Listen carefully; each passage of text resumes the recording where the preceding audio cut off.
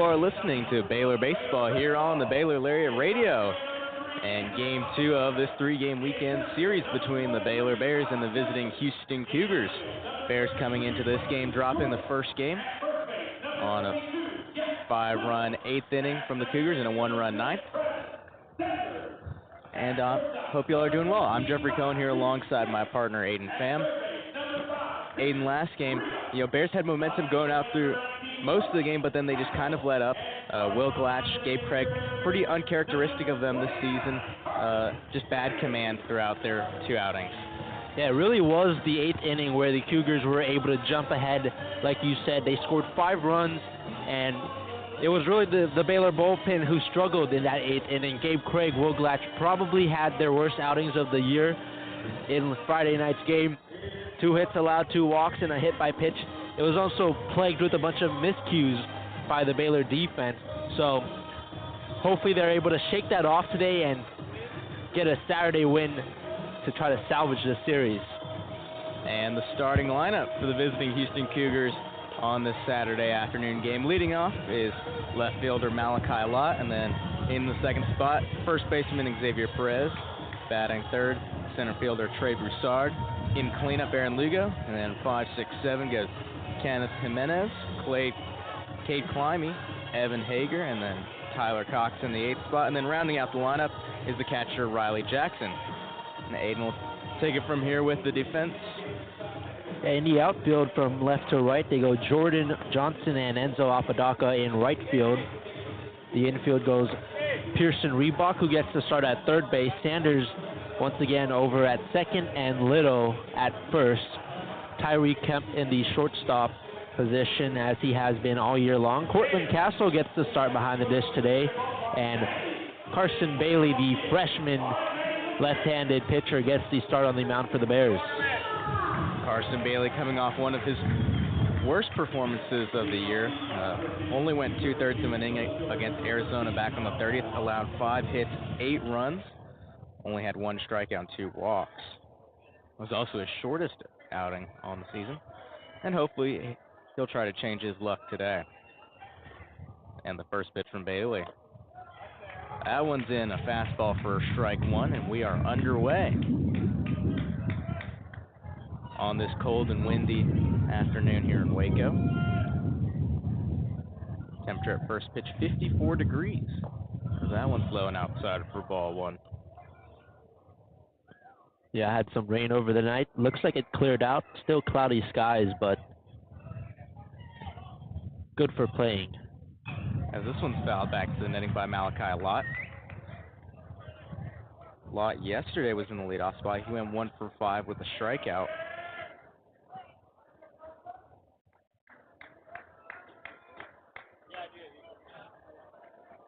And the 1-2 pitch. Swung on chopper, fouled to the Houston dugout.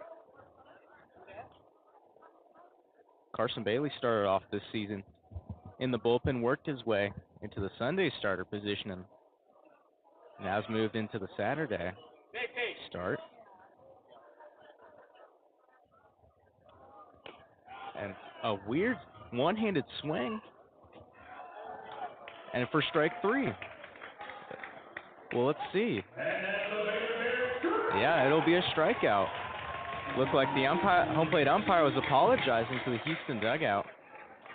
But Malachi Lott will go down on 3 strikes to start this game. I don't know if I've seen that before. He swung the bat with one arm, and it was a pretty lazy swing. He didn't really have a chance at it. And now Todd Whitting comes out of the bullpen to have a chat with our home plate umpire today, Jason Millsap. I wonder if Malachi Lott thought the home plate umpire called time. It looked like he was starting to step out of the batter's box and, give a one-handed swing. Not much protest either from the Cougars. Yeah. Interesting start to this game. We had 2 reviews yesterday. As now Xavier Perez, first baseman, comes to bat. That one in at the feet of Xavier Perez for ball 1. He had to scoot out of the way of that one. Xavier Perez, one of the best hitters on this team. Yesterday went 2 for 4, got 2 runs, and also reached via the walk.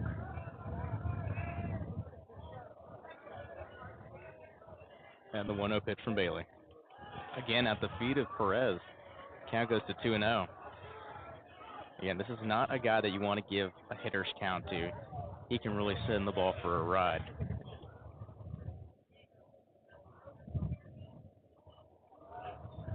Yeah, Perez, a guy who actually leads Houston in home runs with 7 this season. 2-2 pitch. This one's drilled down the right field line, hooking, and it's just foul. It looked like he was fair for about 95% of the way, but just hooks foul into that corner. Perez got a good piece of the fastball from Bailey, but the wind in center field and the flag is blowing towards right field. Probably was why that ball curved. Yeah, we have wind on average about 10 miles an hour with gusts up to 16 miles an hour today. And the 2-1 pitch just below the knees to Perez. Count goes 3-1 with 1 out. Infield back with the middle infielders on the outfield grass. Bears wearing their all-white uniforms, green caps, and 3-1 pitch. This one's ripped. Diving stop by Kemp. His throw to first in time. Great defensive play by the 5'7" shortstop. And there's 2 outs in the inning. Way to scoop that one up by Tyree Kemp and throw it over the first. And Jeffrey, it feels like every series he has is one of those plays that just makes you go, wow, what a play. He's such an impressive just fielder, especially at his size. I mean, like I just said on the call, he's 5'7", but he plays like he's like 6'3". I mean, he has such great range and ability as that one's low for ball one, just to play the position of shortstop. That's usually a position where you see a lot of taller guys play, but he's a great defensive shortstop and big asset to the Bears. This one's chopped on the infield. Castle will field it, and he'll make the throw. 1-2-3 inning to start this game for the Bears, and they'll come up to bat. And the bottom of the first here on Baylor Lariat Radio. Stay informed and stay connected with Lariat TV News. Tune in to LTVN every Friday, your go-to source for everything happening on campus and around Waco. From breaking stories to exclusive interviews, we cover campus events, student life, sports updates, and more. By the students, for the students. Catch our latest broadcast every Friday afternoon on YouTube by searching Baylor Lariat TV News. Hey there, Bears. Are you living your best life this year at Baylor? Well, we've got great news. The Baylor Roundup Yearbook has been right there with you, capturing those memories at every event. So don't forget to buy your 2022-23 Baylor Roundup Yearbook today and share your memories with friends and family for generations to come. But wait, did you already graduate? Don't worry, we've got you covered. We have yearbooks dating all the way back to 1896. So visit our website today at www.baylor.edu/roundup and order your copy. That's www.baylor.edu/ROUNDUP. Have a great year, Bears, and sick 'em. Hey there, Bears. Are you living your best life this year at Baylor? Well, we've got great news. The Baylor Roundup Yearbook has been right there with you, capturing those memories at every event. So don't forget to buy your 2022-23 Baylor Roundup Yearbook today and share your memories with friends and family for generations to come. 3. Bottom of the first here at Baylor Ballpark. Cougars go down 1-2-3 in the top of the first, and we'll get a look at the Baylor lineup. So leading off for the Bears once again, Enzo Apodaca in right field. Wesley Jordan at second. Pearson Reebok moving up in the lineup to the third spot. Hunter Simmons hitting cleanup. Tyree Kemp at fifth. Jack Little back in the sixth spot. Ty Johnson moving up one spot in seventh. Travis Sanders at eighth. And then rounding out the Baylor lineup, catcher Cortland Castle playing tonight. And I'll go to Aidan for the Cougar defense. Starting with the outfield from left to right, it's Malachi Lott in left. Trey Broussard gets to start in center, and Evan Hager in right field. In the infield, it's Climby at third, Lugo at second, and Xavier Perez gets to start at first base. Cox is the shortstop, and Jackson behind the dish calling the strikes and balls, and Richie gets to start on the mound. Both lineups very similar to yesterday. And the first pitch from Roman. That one's just outside for ball one to Enzo Apodaca.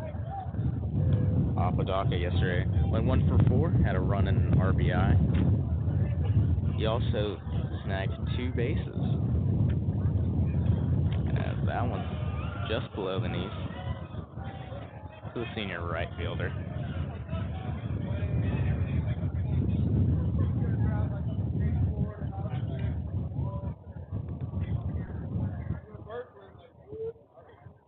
Roman kicks and deals. That one's fastball in at the knees for strike one. And Roman Ritchie, the sophomore, getting the start on the mound today for the Cougars. This is a guy who had a really good fall, and the coaching staff praised him a lot. They're excited about his upside. The 2-1 pitch. That one is fouled hard down the left field line.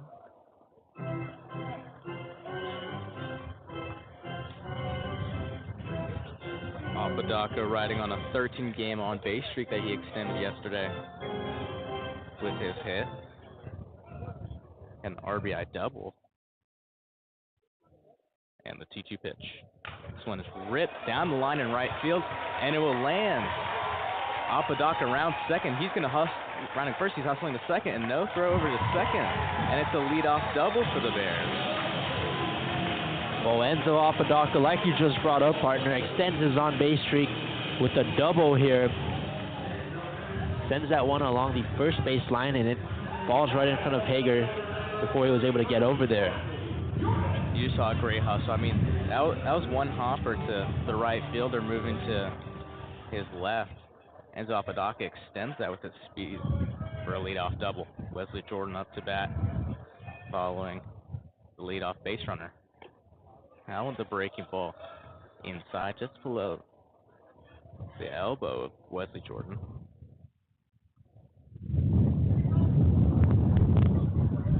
Jordan yesterday went 1 for 5 with an RBI. He struck out twice. Base 1-0 pitch ripped, snagged by the third baseman. Cade Climby, that was a rope at 106 miles an hour. Yeah, unbelievable job by the third baseman, Cade Climby, to just stab that one. 106 miles an hour. So far, the defense early in this game, a little different from last night. We had some defensive miscues, mainly on Houston, but in the end it was on both teams. But so far, we've seen some impressive defensive plays. Pearson Reebok comes up to bat with 1 out and runner on second. And that first pitch will just land into the zone for strike one. Reebok, one of the young guys on the team that's really added to the depth. We were talking about that yesterday. Hitting 363 on the year. And Roman will go back to second, but Apodaca will slide back in time. The first attempt of the day, Jeffrey, but we'll see. Yeah, last night, the Baylor faithful not big fans of the starting pitcher Paul Schmitz. He had a good amount of pickoff attempts. This one is just below the zone for ball one to Reebok. It's 1 for 2 yesterday. He had an RBI, 2 sacrifices.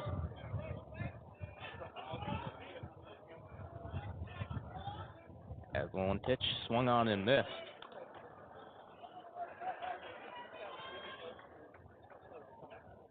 Reebok's night on Friday was pretty decent at the plate, but on the field, not his best showing. Had 2 errors. It's the only 2 for the team. This one is fouled back to netting over that Baylor dugout. Yeah, one of them came early in the game, and the second one was in the 8th inning with 2 outs that allowed the base runner to get on, and start that bases loaded jam that saw 5 runs scored for the Cougars. Roman gets set. Looks back to second, kicks and deals. This one's way outside.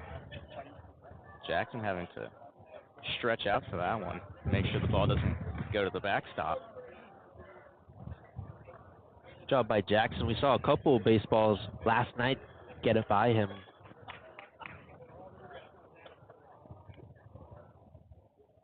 Pitch.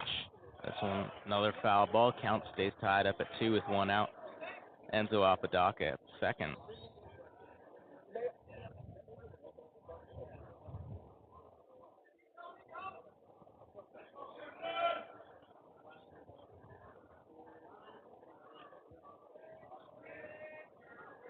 Pitch swung on Chopper, the first baseman.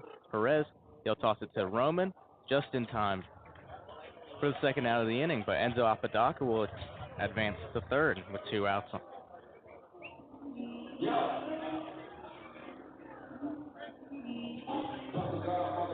Yeah, it looked like it was softly hit towards the first baseman there, Perez, able to pitch it back to his pitcher. But like you said, able to move Enzo Apodaca out for a really good and efficient hitter in Hunter Simmons here. And now up to bat with a runner 90 feet away from home plate is designated hitter Hunter Simmons. First pitch to Simmons, breaking ball just outside, and it's ball 1. Simmons coming into this game leading the team with a .390 average, also with 24 RBIs and 19 runs. That one's upstairs for ball 2.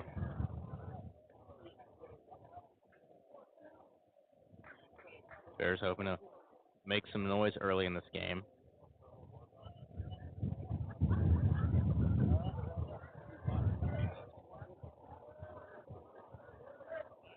And the pitch from Roman.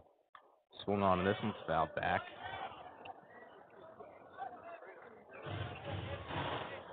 And so far, we've seen from Roman, looks like low 90s in his fastball. And in his scouting report, coaches praised his command of his pitches. That was one of the reasons why he was able to earn a starting spot in the weekend rotation. As this one, hits Hunter Simmons in the back of the head. He's down. And Mitch Thompson, the trainer, Tyreek Kemp, will go to check on him. Oh, I like that. Yeah, it looked like it got him on the side of the head, so he's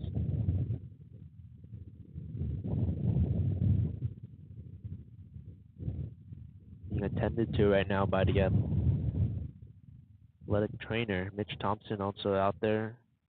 Looks like he's starting to get up a little bit, now on a knee. Yeah, scary play, not something you want to see at all. Especially with one of your best hitters.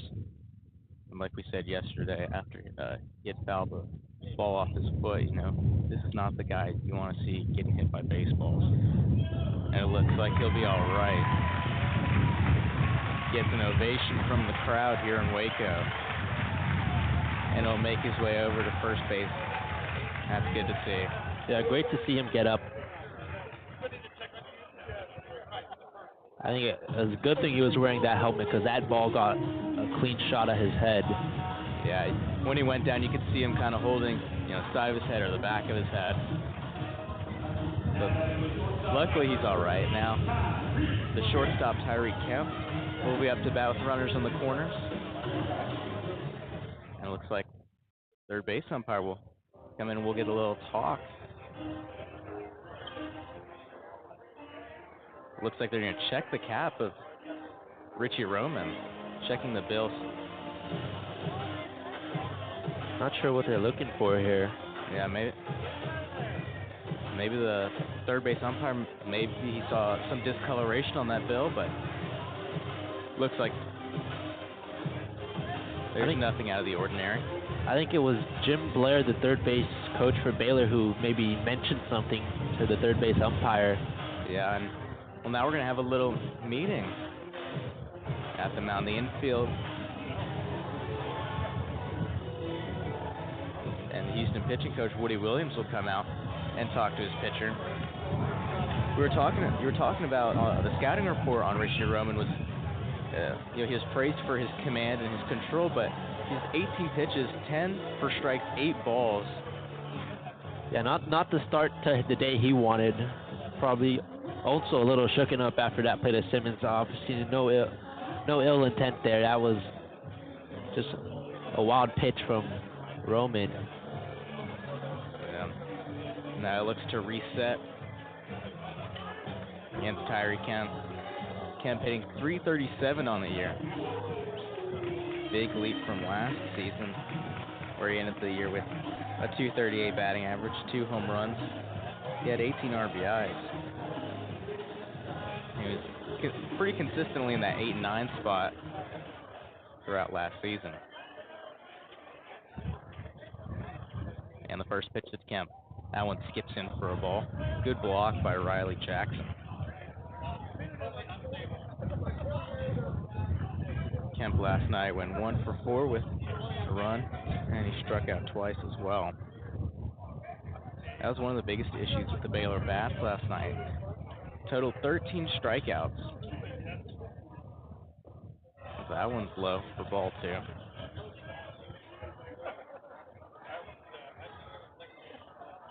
Yeah, Roman struggling to start his day.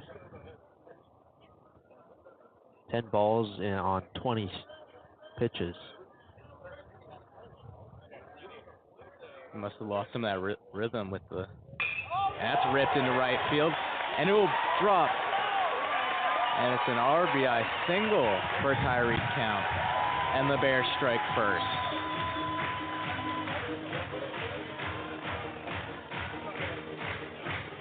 Tyree Kemp continues his hot season, gets a fastball from Roman and lines it into right center, cashes in Enzo Apodaca. And the Bears the early 1-0 lead here. Yeah, just a great piece of hitting. Didn't have to be too hard, just a nice soft line drive in the shallow right field. Bounces right in front of Evan Hager in right field. The first pitch to the first baseman Jack Little is upstairs for ball 1. And immediately after that run, we see some guys from the Cougar dugout head towards the bullpen. No. Pitch to Little, that one's inside.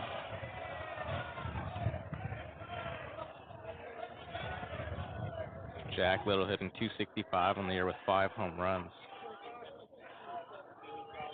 He went 0 for 4 last night with 2 strikeouts. And he's up in the count 2-0. As Roman deals. That one's just below the knees. And the count runs to 3-0. The redshirt sophomore out of Katy, Texas.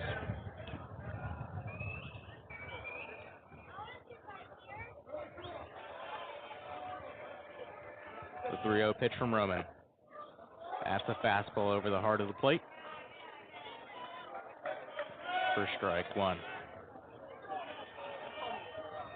Little's trying to get on base after going 0 for 4 yesterday. He struck out twice in that Friday night game. 3-1 pitch. This one is skied up. And it'll go foul.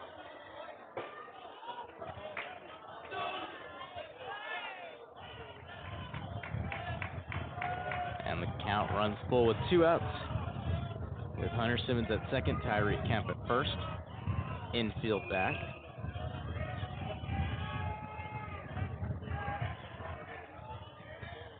The payoff pitch.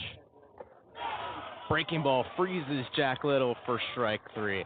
And that'll do it for the inning. Bears strike first on an RBI single from Tyree Kemp, and they'll lead 1-0.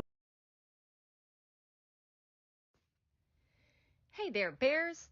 Are you living your best life this year at Baylor? Well, we've got great news. The Baylor Roundup Yearbook has been right there with you, capturing those memories at every event. So don't forget to buy your 2022-23 Baylor Roundup Yearbook today and share your memories with friends and family for generations to come. But wait, did you already graduate?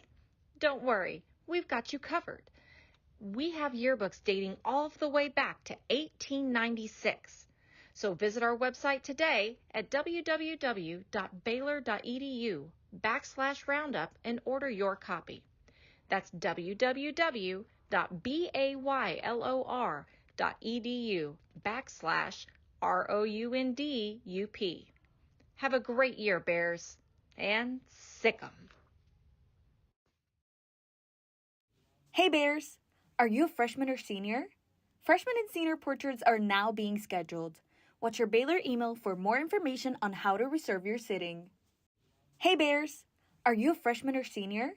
Freshman and senior portraits are now being scheduled. Watch your Baylor email for more information on how to reserve your sitting.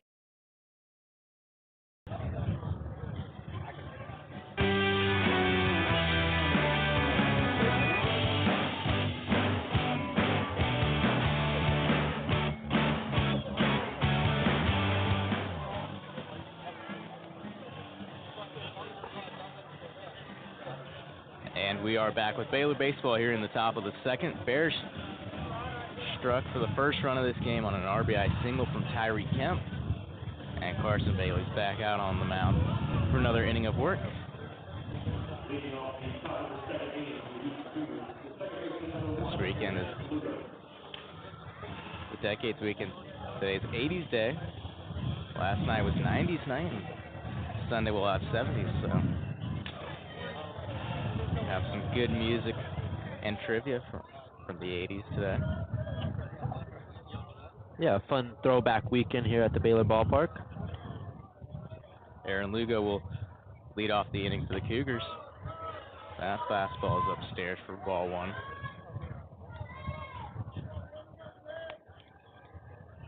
Aaron Lugo hitting .304 on the year. Went 1 for 5 yesterday. Has the 1-0 pitch again. That one's high. Another fastball at 92 miles an hour from Carson Bailey. Bailey is one of the plethora of lefties that the Baylor rotation has this year. This one is fouled down the right field line.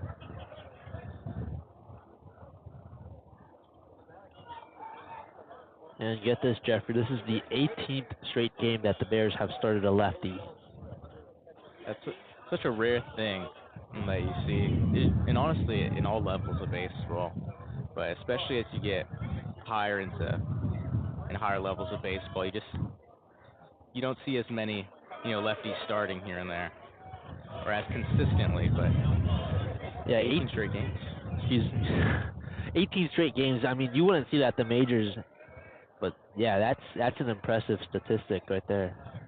And the 3-1 pitch from Bailey. That one's upstairs, and it's a leadoff walk. First base runner allowed by Carson Bailey today.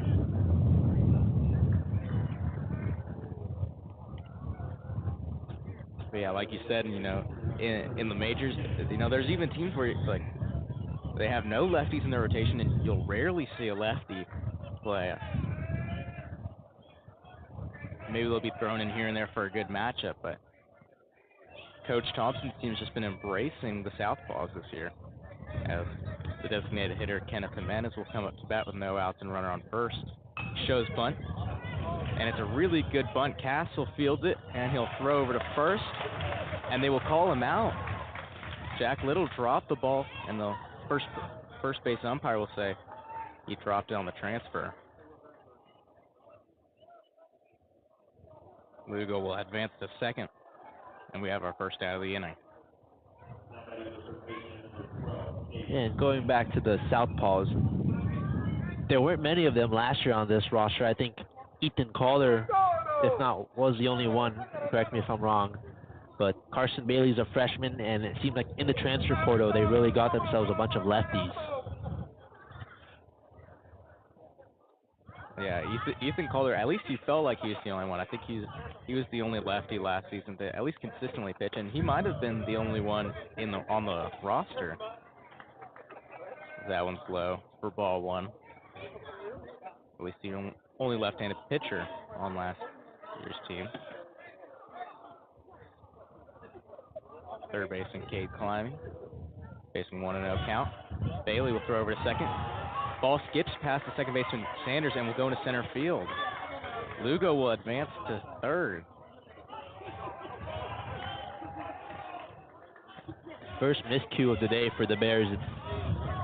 On a pickoff attempt, the ball was a little low for Travis Sanders, and luckily for them, doesn't allow a run to score, but now Lugo advances all the way to third.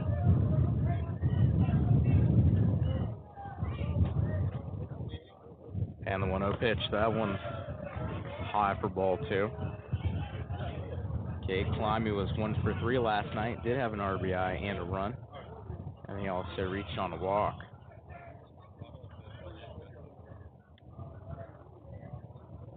The 2-0 pitch from Bailey. Swung on and missed. Got him early on that breaking ball.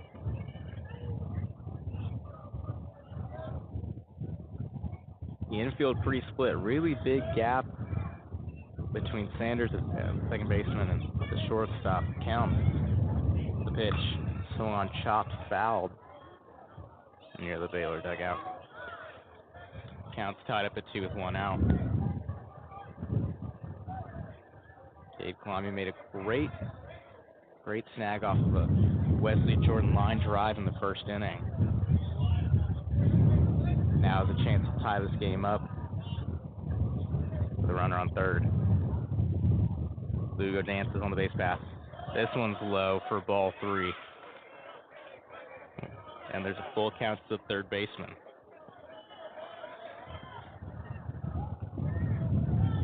And Bailey also kind of struggling early to get command of his pitches. 12 balls thrown on 23. And freezes Cade Climby with the breaking ball for the second out of the inning. As I say that, Jeffrey. Great call, Aidan.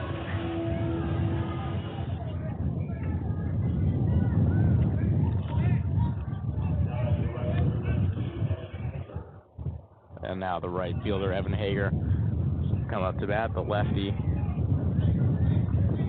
Now with 2 outs and a runner on third.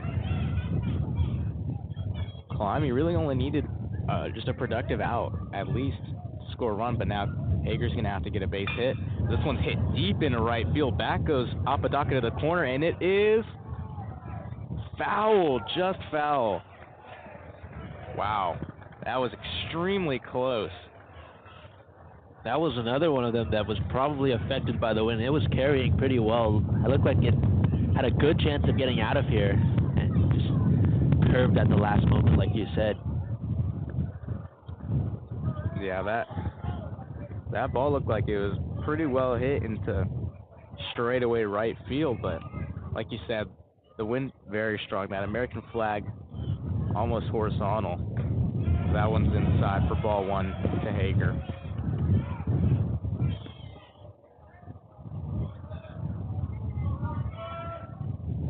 Hager's hitting .227 on the year. And 1 for 4 yesterday with a run and 2 strikeouts. This one is chopped foul down the third base line.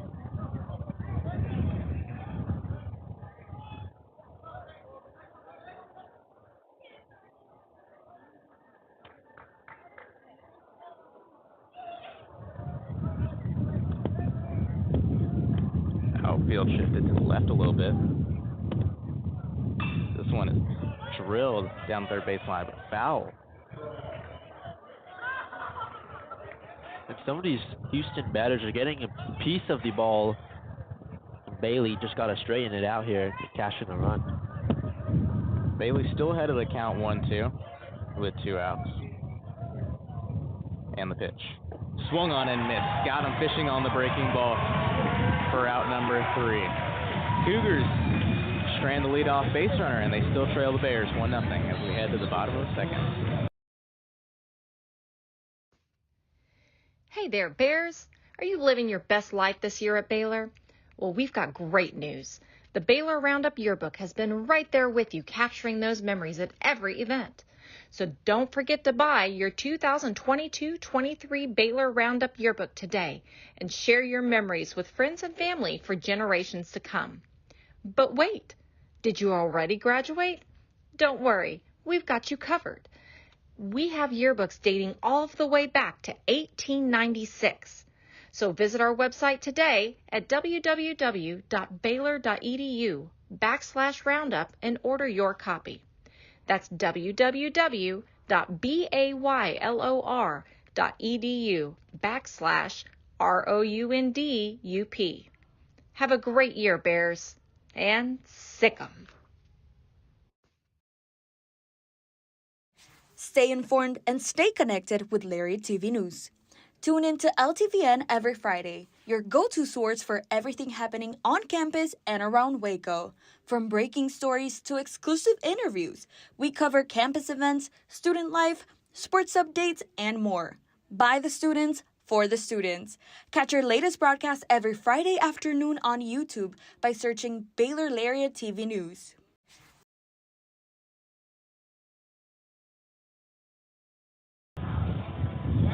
Bottom of the second here at Baylor Ballpark. You're listening to Baylor Baseball on the Baylor Lariat Radio.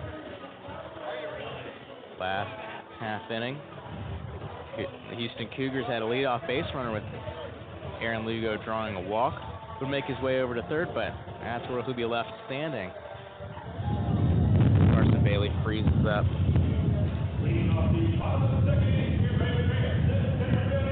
Last batter.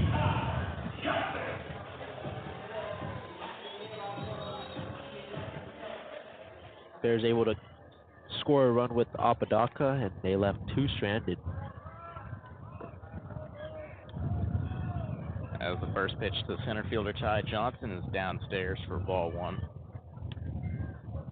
Johnson hitting .286 on the year.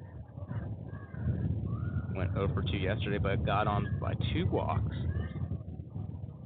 As Roman kicks and deals. That one's a fastball. Paints low and outside corner for strike one, excuse me. Ty Johnson's batting average a little down from last year, was hitting just above 300. Has been drawing a lot more walks this year, as he'll wave at that pitch for strike two.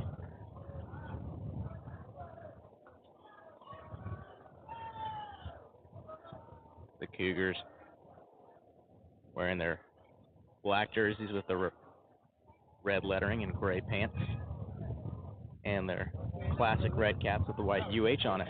That one swung on and missed. Strike three to Ty Johnson, and it's the first out at the bottom of the second. Got Ty Johnson with the fastball. Good command of that pitch right there for a second strikeout of the day. And now off to bat, Travis Sanders.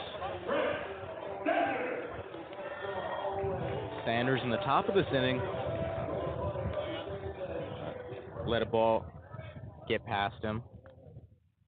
As Cortland Castle is trying to throw out Aaron Lugo stealing the second, but the ball went in center field. As that first pitch, fastball in for a strike.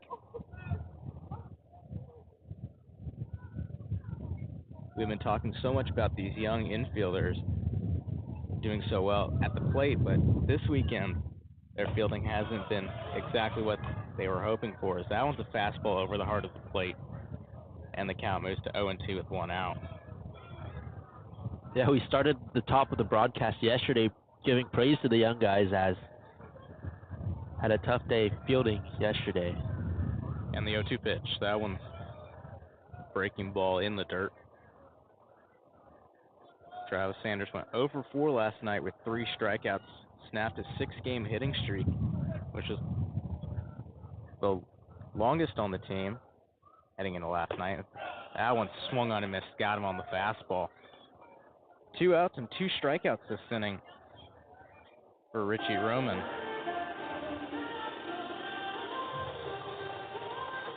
Richie Roman looks like he's settling in after hitting Simmons last inning and giving up that RBI single to Tyree Kemp. 3 straight consecutive strikeouts for the pitcher from Houston.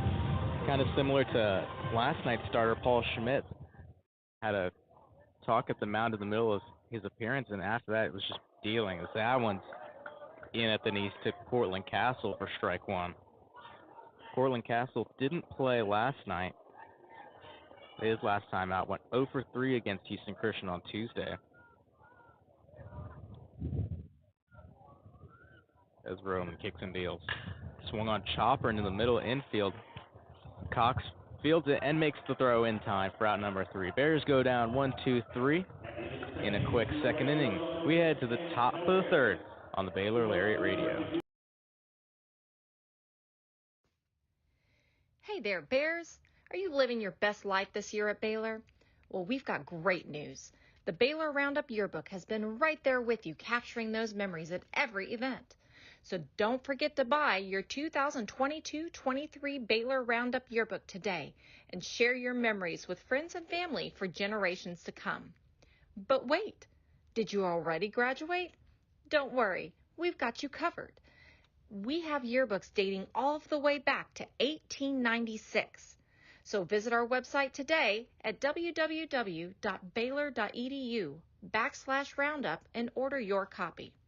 That's www.baylor.edu/ROUNDUP.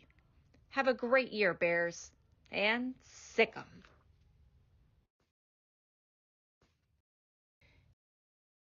Are you living your best life this year at Baylor? Well, we've got great news. The Baylor Roundup Yearbook has been right there with you, capturing those memories at every event.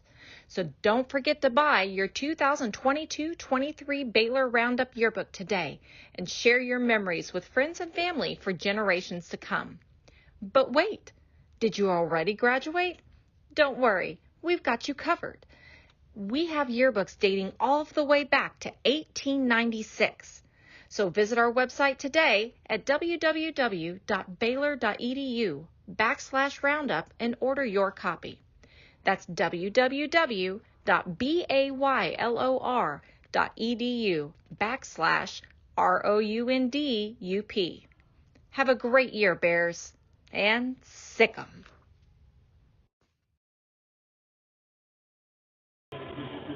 You're listening to Baylor Baseball here on the Baylor Lariat Radio as we head to the top of the third. Bears went down 1-2-3 in the bottom of last inning. And Carson Bailey back out there for his third inning of work. And leading off for the Cougars is the shortstop Tyler Cox. The first pitch paints the low and outside corner for strike 1. Tyler Cox went 0 for 3 last night with an RBI run, strikeout, and was hit by a pitch. That one's low and outside for ball 1.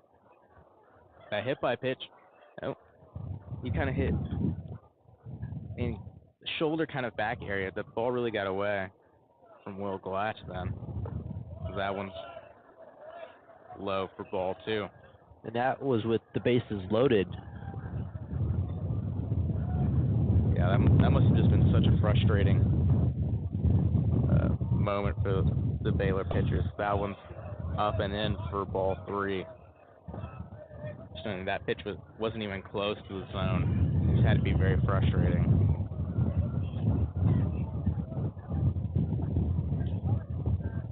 And the 3-1 pitch to Cox. This one lined down right field, but it'll go foul.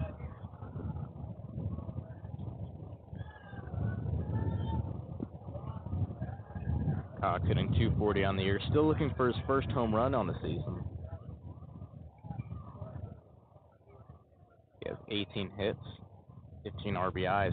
This one's skied up, and this one will go over the berm in right field. Count runs full with nobody on, nobody out.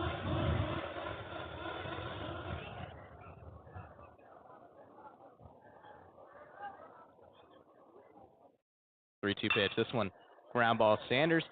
He'll field it cleanly and make the throw in time for the first out of this inning.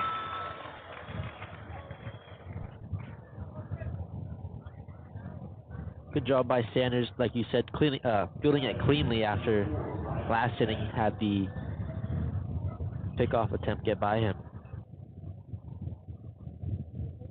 Had to roam to his left a little bit, but got right in front of it. An easy toss over to Jack Little at first.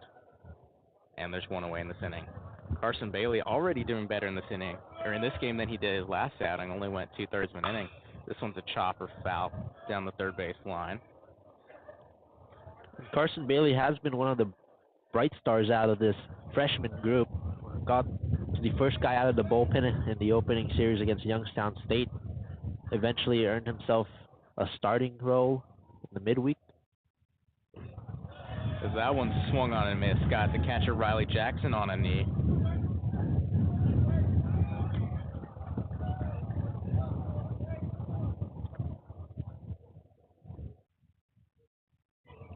And the count's 0-2 with one out. The pitch swung on and missed. Great breaking ball by Carson Bailey. And it's 2 quick outs in this inning. Carson Bailey really has settled in. Like you said, a great breaking ball from Bailey. Good command of his pitches so far. The third strikeout of the day. That's actually his fourth. That's actually his fourth. And now up to bat, the guy who led off this game for the Cougars, Malachi Lott, as he'll swing at that first pitch. Fouled and hit off the bottom of the metal canopy into the seats. Looks like someone got themselves a souvenir. Yeah, luckily no one was hit. I think a couple people had to lunge out of the way. And the 0-1 pitch to Lott. That one's just outside for ball one. Malachi Lott, first time up, struck out.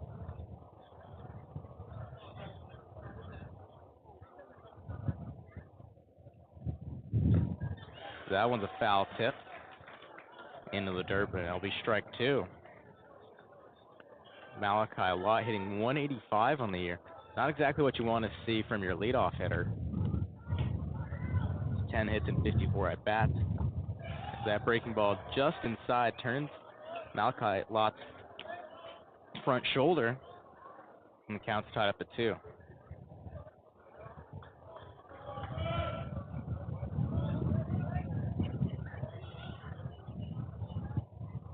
Two-two pitch. Swung on chopper down the first base line. And Jack Little will step on the bag for out number 3. 1-2-3 inning for Carson Bailey. And the Bears will hope to extend their lead. They still lead 1-0 as they head to the bottom of the third. Hey there, Bears. Are you living your best life this year at Baylor? Well, we've got great news. The Baylor Roundup Yearbook has been right there with you, capturing those memories at every event. So don't forget to buy your 2022-23 Baylor Roundup Yearbook today and share your memories with friends and family for generations to come. But wait, did you already graduate? Don't worry, we've got you covered. We have yearbooks dating all the way back to 1896. So visit our website today at www.baylor.edu/roundup and order your copy. That's www.baylor.edu/ROUNDUP. Have a great year, Bears, and sick 'em. Hey there, Bears. Are you living your best life this year at Baylor? Well, we've got great news. The Baylor Roundup Yearbook has been right there with you, capturing those memories at every event. So don't forget to buy your 2022-23 Baylor Roundup Yearbook today and share your memories with friends and family for generations to come. But wait, did you already graduate? Don't worry, we've got you covered. We have yearbooks dating all the way back to 1896.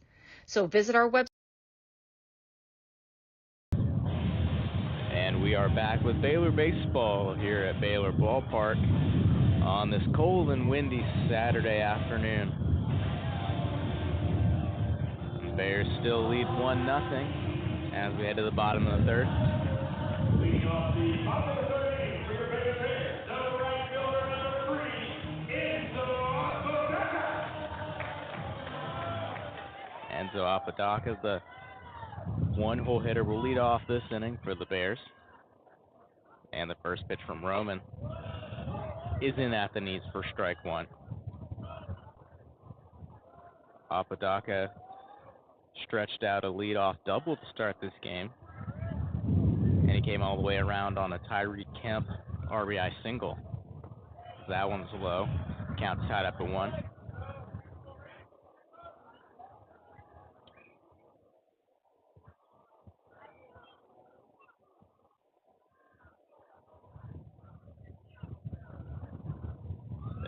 1 pitch. Fastball over the heart of the zone. That one's in for strike 2. We have a good crowd out here on the Brazos for such a cold and windy day. Baylor fans starting to catch on this momentum the baseball team's been having. That one's downstairs for ball 2. And despite the cold day, a good crowd. Pre-game, they honored the 2000 team that won their first ever Big 12 championship for Baylor. Roman kicks and deals. Swung on. Soft ground ball to Cox, and his throw over to first in time for the first out of this inning.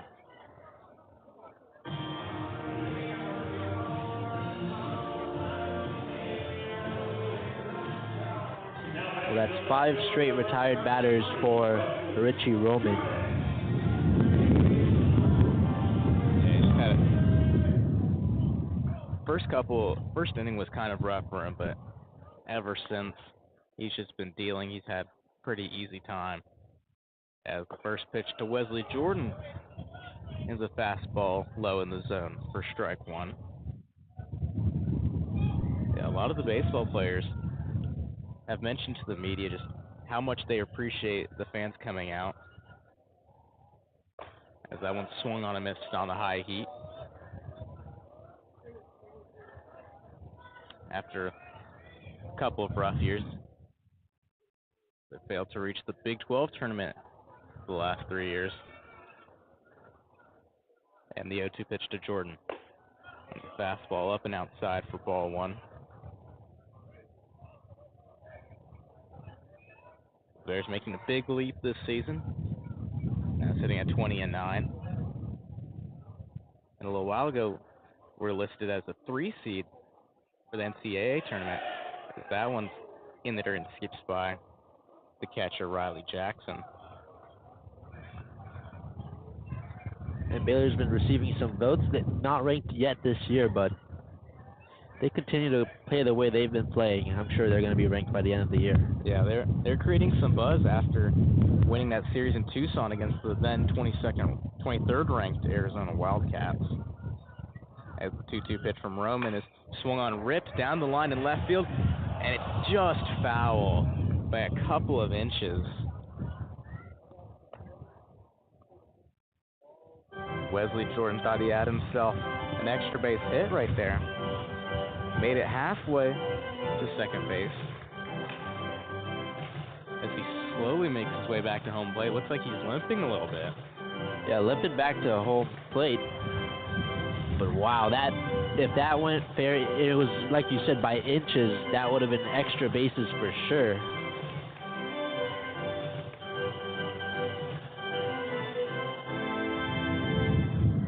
Yeah, I think just the cold weather this weekend is affecting these guys a little bit, keeping those muscles tight. And the 2-2 pitch swung on foul back, just got a piece of it. Wesley Jordan, his last time up, hit a hard line drive down the third baseline, but it was snagged by Cade Climbing. It's 106 miles an hour off the bat.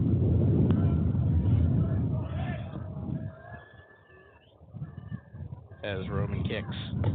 That one's a fastball inside, and the count runs full to the power hitter. Speaking of Cade Climbing, he's the only one out there wearing no sleeves today. I mean, I guess he's got a sleeve on his right hand, but everyone else has long sleeves on. And the payoff pitch. That one hits Wesley Jordan, and he emphatically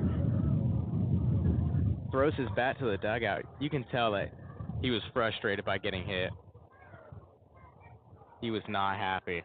And throws his gear back too. Yeah, not happy after that. That's the second Bear that has been hit by a pitch today by Roman.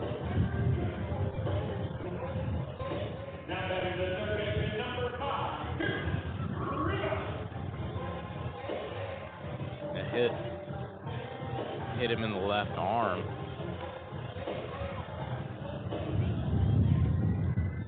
And on a cold day like this, when the baseball hits you, it hurts even more. Yeah, it's really got to sting. Pearson Reebok now up to bat. First pitch he faces is in the dirt.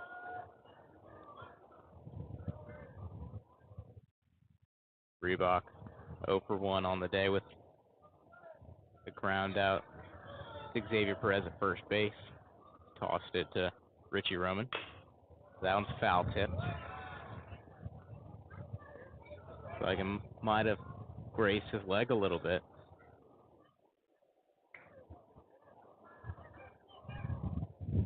Fell out of that left-handed batter's box. He'll make his way back in. 1-1 count to Reebok with Wesley Jordan on first and 1 out. Pearson Reebok hitting .358 on the year.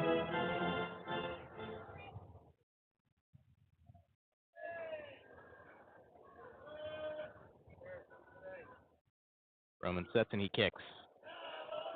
That's a breaking ball. Clips the zone at 78 miles an hour for strike 2.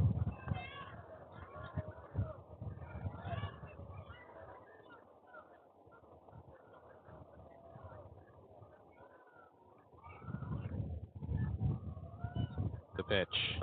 Swung on and missed. Got him on the fastball, and there's 2 outs.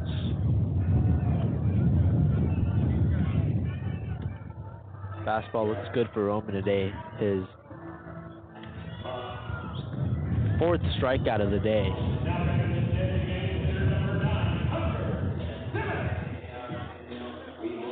And now the veteran DH, Hunter Simmons, will come up to bat with 2 outs and 1 guy on. First pitch to Simmons. Breaking ball. Breaks into the zone for strike 1. Good to see Simmons able to continue in this game. He took a scary hit to the head earlier. And the 0-1 pitch, this one's fouled back to the netting. Richie Roman against these right-handed hitters, he's loved that front door breaking ball. Where for most of the way, it almost looks like that ball's gonna either get inside for a ball or it's gonna hit the guy and then just breaks into that zone, freezing some guys at the knees. Roman with the 0-2 pitch. That one's low and blocked by Jackson.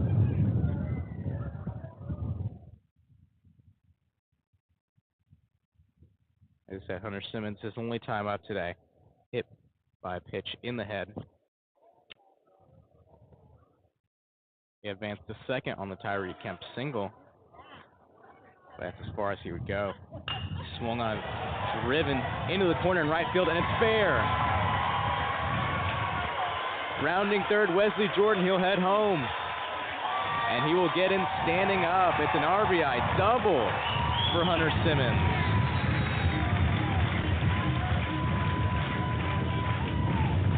Wow, right down the first base line, and it drops fair. An RBI double for Hunter Simmons and the Bears, a 2-0 lead here in the bottom of the third. Well, it definitely looks like Hunter Simmons is all right. It doesn't really faze him anymore.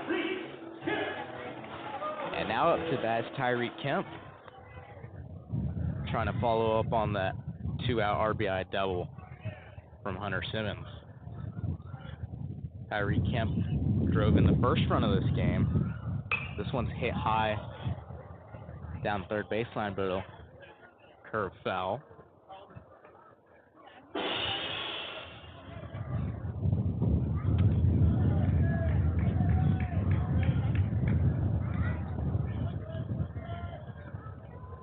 Tyreek Kemp in the first inning hit a soft line drive into right field, scored Enzo Apodaca. That one's low and outside, counts tied up at 1.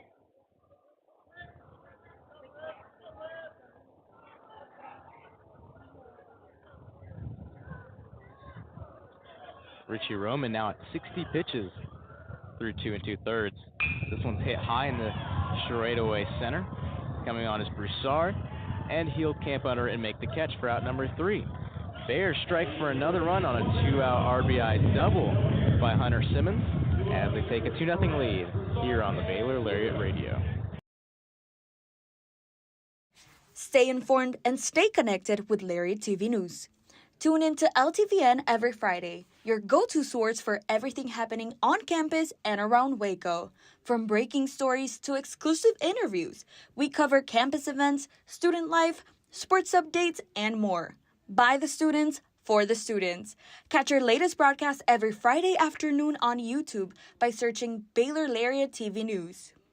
Stay informed and stay connected with Lariat TV News. Tune in to LTVN every Friday, your go-to source for everything happening on campus and around Waco. From breaking stories to exclusive interviews, we cover campus events, student life, sports updates, and more. By the students, for the students. Catch our latest broadcast every Friday afternoon on YouTube by searching Baylor Lariat TV News. Hey there, Bears. Are you living your best life this year at Baylor? Well, we've got great news. The Baylor Roundup Yearbook has been right there with you, capturing those memories at every event. So don't forget to buy your 2022-23 Baylor Roundup Yearbook today and share your memories with friends and family for generations to come. But wait, did you already graduate? Don't worry, we've got you covered. We have yearbooks dating all the way back to 1896. So visit our website today at www.baylor.edu/roundup and order your copy. That's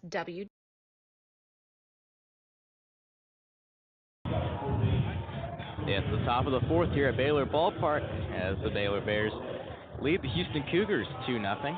They extended their lead last half inning on a 2-out RBI double from the veteran designated hitter Hunter Simmons, who was hit in the head by a pitch his first time up. Obviously doesn't seem to faze him anymore. And leading off for the Cougars, Xavier Perez.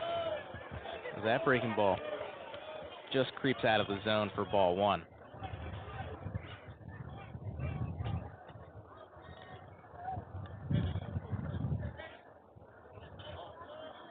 Perez grounded out to short first time up. This one, chopper lightly hits off his hip. And it's 1-1 count.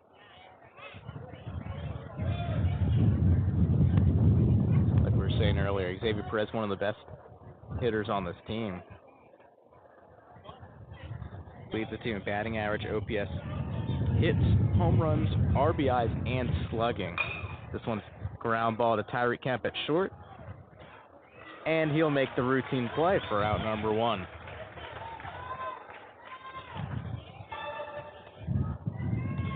Xavier Perez's second ground out to Tyreek Kemp on the day. And other than that pickoff attempt, the Baylor defense really has had a better game than they did yesterday so far. Tyreek Kemp right there, that's his probably one of the easier plays he's going to get. As Trey Broussard looks at that first pitch and slow and outside for ball one. Yes, similar situation to last game for Xavier Perez. Got out his first two times, but made a big difference late in that game. That's a breaking ball. That's low and inside. Counts 2-0 to the center fielder.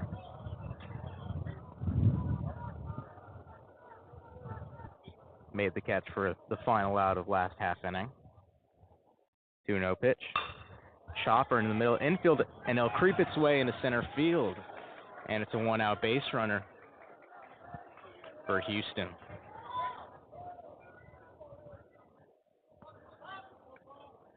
Wow, it took one hop and then right down the middle, Travis Sanders looked like he was going to field it, and it just ripped right by him. And now up to bat, Aaron Lugo.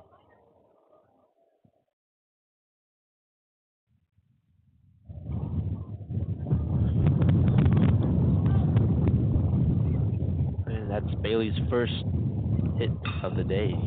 This one gets by Jack Little in the right field. And two straight singles And they'll go station to station, runners on first and second, one out.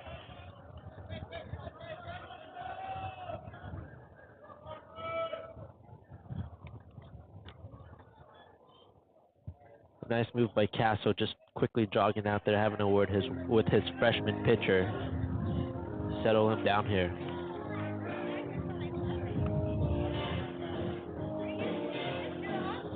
Yeah, the Cougars threatening a little bit, but there's a very clear way out of this.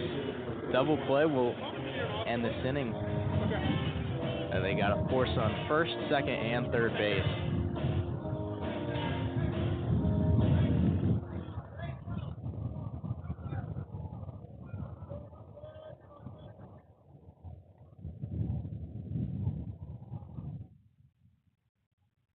Baylor looks back to second. His first pitch to Kenneth Jimenez skips in over the plate for ball one. Good stop by Cortland Castle behind the dish.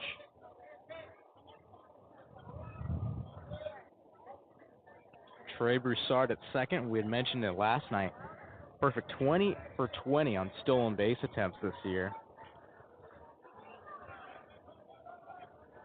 One of the best base stealers in the country. Now threatening on second.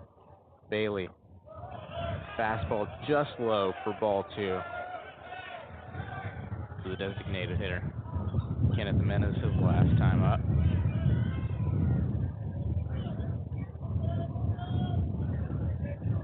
Hit a soft ground ball. It's fielded by Cortland Castle. Made his throw over to first in time. Throw over to second. Skips in, but Broussard will get back in standing. Looked like that one was low once again. Fortunately for Sanders, it fell a couple feet in front of him to gather it real quick. Yeah, it wasn't a very hard throw by Carson Bailey. Skips and popped out of Sanders' glove. And the 2-0 pitch. After the fastball gets the inside edge of the zone for strike one.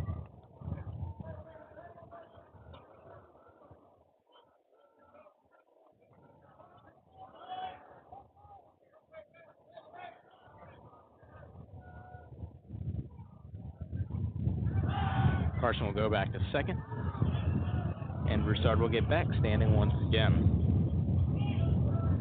Well, I think Carson Bailey knows Trey Broussard is susceptible to the steal. Like you said, 20 straight stolen bases, at 16th most in the nation. Pearson Reebok playing decently close to third base. Bailey will throw over a third time. This one hits Trey Broussard, and he'll go over to third.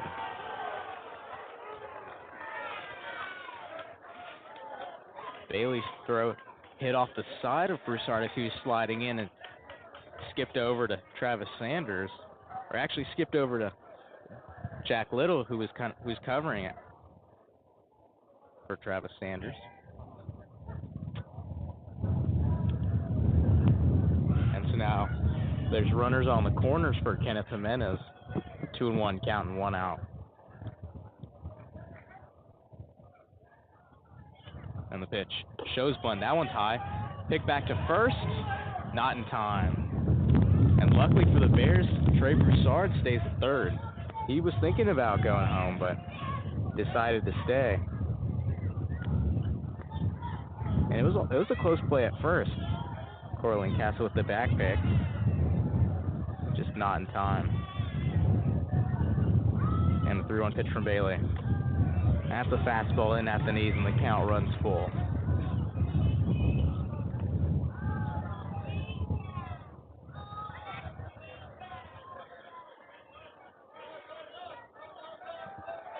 Kenneth Jimenez, he's really good about drawing walks. Led the team with a .476 on-base percentage last year. Drew 27 walks and was hit by 11 pitches as Bailey throws over to first, but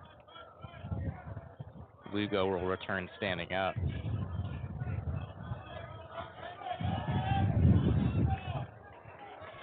Lugo has 4 stolen bases on the year, and he's been caught stealing once. Still pretty solid on the base path. Not quite like Trey Broussard. He'll run, but this one's hit foul. count's full with 1 out.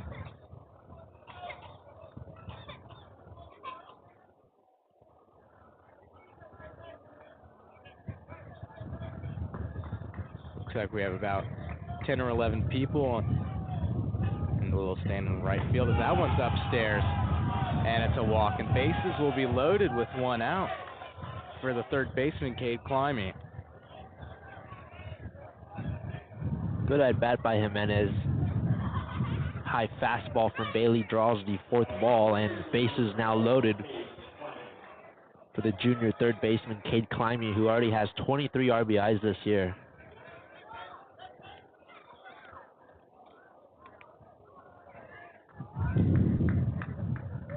And it looks like Sean Snedeker will make his way out to the mound and talk with his pitcher.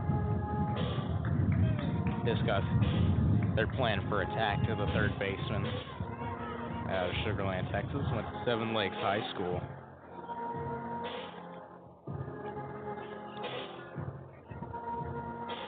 And while we have a moment, Jeffrey, let's give a shout out to Irma Pena and Marissa Muniz, some of our Lariat co-workers. They're watching the broadcast in the Lariat newsroom right now, tuning in.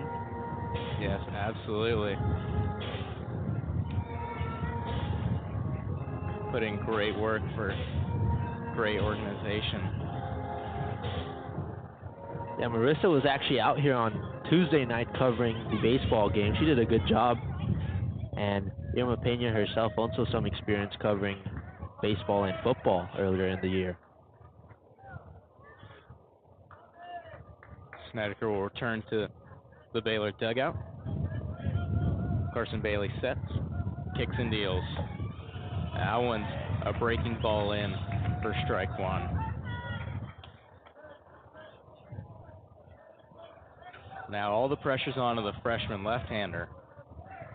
It's only a 2-run lead. The tying run at second base. That one breaking ball creeps into the zone for strike 2. Looks like Climby thought about swinging, but stopped his swing about a quarter of the way through. And he's down 0-2.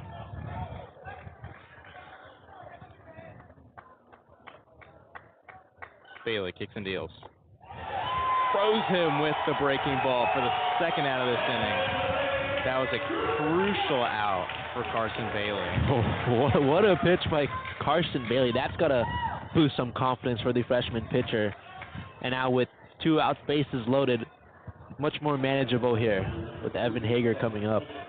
And that just really had to sting for Cade Climby. His second time this game striking out looking, both on the breaking ball. And as I said, the right fielder, Evan Hager, making his 3rd start of the year. And the first pitch, that's a fastball upstairs for ball 1. Hager, his first time and only time up, struck out swinging back in the 2nd inning.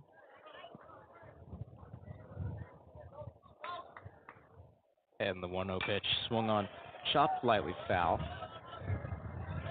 as it heads to the Houston on-deck circle. You see Broussard bouncing around on third. If he gets the opportunity, he's going to take it here. Yeah, he's just waiting for a ball to skip past Cortland Castle, take a bad hop, and any contact, he's running with 2 outs. Dancing on the base paths.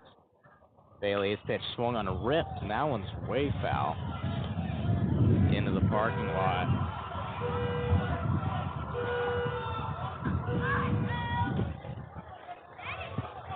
Hager made his first start of the year on Tuesday against Texas A&M and Corpus Christi, and then this series has added that total, starting in both games.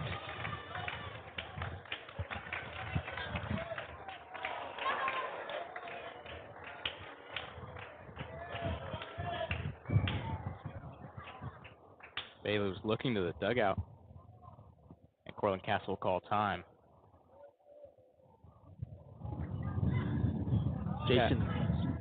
Jason Millsap, the home plate umpire, walking out there too. Not sure what they're talking about. So is Cortland Castle.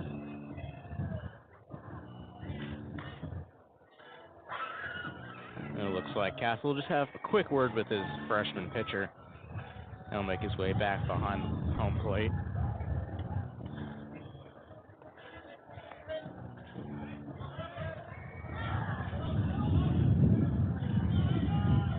infielders back besides Pearson Reebok at third base, about 15 feet from the bag.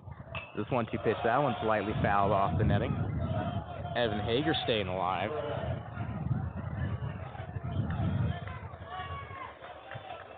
Hager, the transfer from Alabama, did not play last season in his true freshman year. Far away from home from New Hudson, Michigan. And the 1-2 pitch, that one's low. Good block by Cortland Castle. Keeps Broussard right where he is.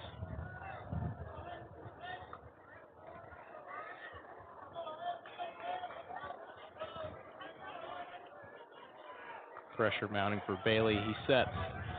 And the 2-2 pitch. Swung on. Slow chopper. Diving play. And it gets past Jack Little. 1 run scores. Here comes another. They're bringing in Jimenez. He will score. And a costly mistake for the Bears. Scores 3 runs for the Cougars, and they take the lead. It was a soft chopper to the left of the pitcher's mound. Carson Bailey slipped trying to make that play. His throw got past the diving reach of Jack Little into foul territory, and all 3 runners score. And Hager will make his way all the way over to third. And that's one of those, Carson Bailey had a dive to get the ball, and he threw it on the ground. That's one of those where you just got to eat it up and get the out, and allow the run to score. This one's a chopper to Travis Sanders, and he'll get the final out. Well, that leaves a bad taste in the Bears' mouths, but Cougs strike for 3 on a costly mistake by Carson Bailey. And the Bears look to answer as we head to the bottom of the 4th. Hey there, Bears. Are you living your best life this year at Baylor? Well, we've got great news. The Baylor Roundup Yearbook has been right there with you, capturing those memories at every event. So don't forget to buy your 2022-23 Baylor Roundup Yearbook today and share your memories with friends and family for generations to come. But wait, did you already graduate? Don't worry, we've got you covered. We have yearbooks dating all the way back to 1896. So visit our website today at www.baylor.edu/roundup and order your copy. That's www.baylor.edu/ROUNDUP. Have a great year, Bears, and sick 'em. Hey there, Bears. Are you living your best life this year at Baylor? Well, we've got great news. The Baylor Roundup Yearbook has been right there with you, capturing those memories at every event. So don't forget to buy your 2022-23 Baylor Roundup Yearbook today and share your memories with friends and family for generations to come. But wait, did you already graduate? Don't worry, we've got you covered. We have yearbooks dating all the way back to 18. And we are back with the bottom of the 4th here at Baylor Ballpark. Bears were leading 2-0 as heading into the top of the 4th, but a costly mistake by the pitcher Carson Bailey with 2 outs made a throw in there that got past first baseman Jack Little and cleared the bases, and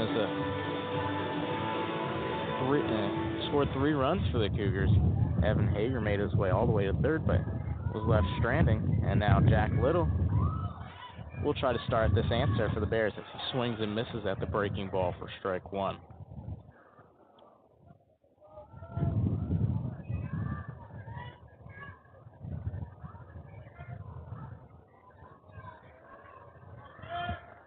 Richie Roman back out as he kicks and deals. Allen sneaks in on the inside edge of the zone. Count goes quickly to 0-2 to the first baseman. And Jack Little looked back at the home plate umpire. It looks like he didn't agree with that call. Roman with the 0-2 pitch. Swung on foul tip. Jack Little staying alive. Little 0 for 1 on the day with striking out looking back in the first inning. That ended the first inning. Hoping to find another result here. And the 0-2 pitch. That one's high. for ball one. Jack Little having to lean back a little bit.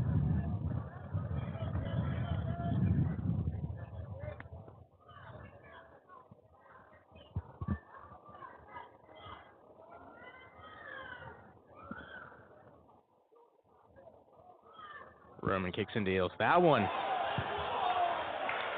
hits Jack Little in the thigh, and he'll take first base. And it looks like the ball ricocheted off of Jack Little, hit the catcher Jackson Riley in the face, or on the side of the face. And he's a little shaken up. Yeah, it bounced off the side of Little, and it ricocheted off his body, like you said, and got the side of the neck of the catcher Riley Jackson, and he shooken up after that play. That's the third Baylor batter that's been hit by Richie Roman today.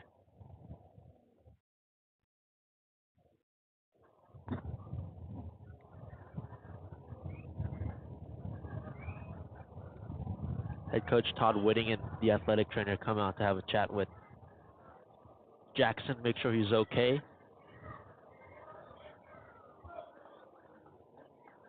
they got a good piece of his neck as well. Good to see that he's okay, though.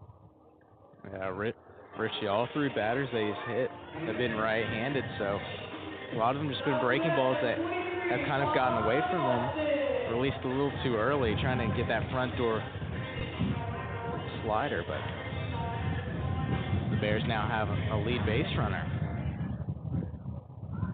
For the center fielder, Ty Johnson.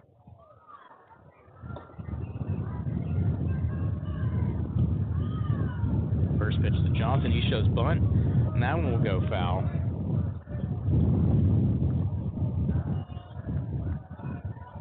Johnson struck out swinging in the second inning.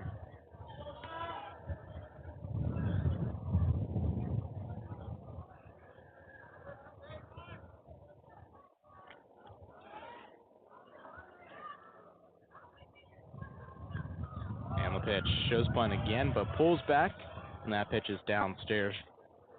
And the count's tied up at 1. No outs, and Jack Little on first. Third baseman Cade Climbing on the infield grass. First baseman Xavier Perez at first, trying to keep Jack Little close, and the middle infielders. There goes Jack Little, and a foul tip by Ty Johnson. We'll have Jack Little return to first base.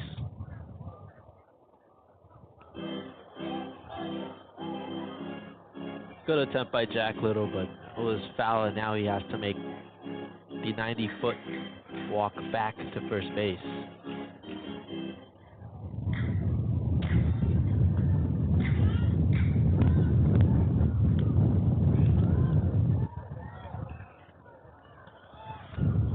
And the 1-2 pitch, that one's low. Jackson Riley stays with us. That ball skipped in. Counts 2-2 to Ty Johnson.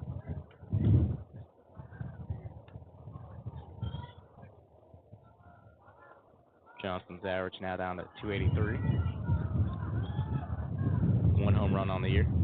As he'll swing and miss on the breaking ball for his second strikeout on the day. And that'll be the first out of the inning.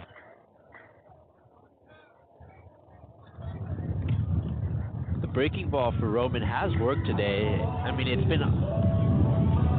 hit a couple batters today when he's lost control of it, but for the most part, it looked well. And now the second baseman Travis Sanders will be up to bat in the 8-hole.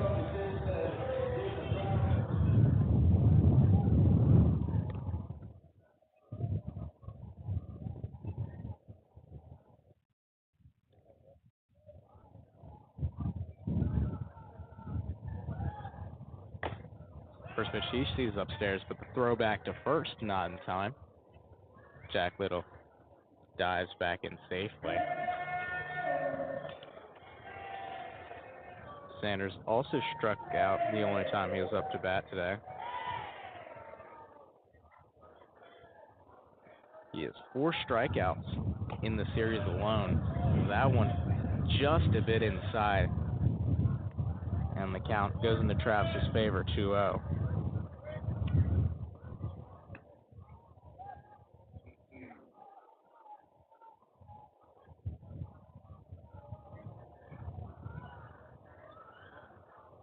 The pitch from Roman. Fastball just gets the outside edge of the zone, and it's 2-1.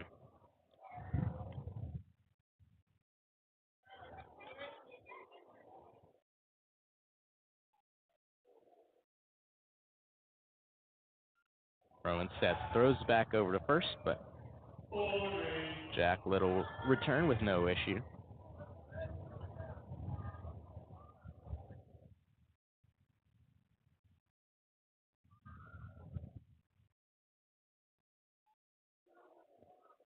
Travis Sanders hoping to give the Bears some momentum again.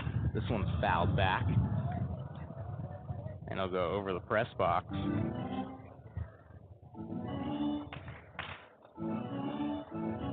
These first couple innings, for this game, it's pretty similar to what we saw last night, just a little earlier last night.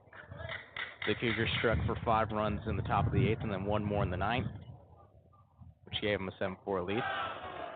And called strike 3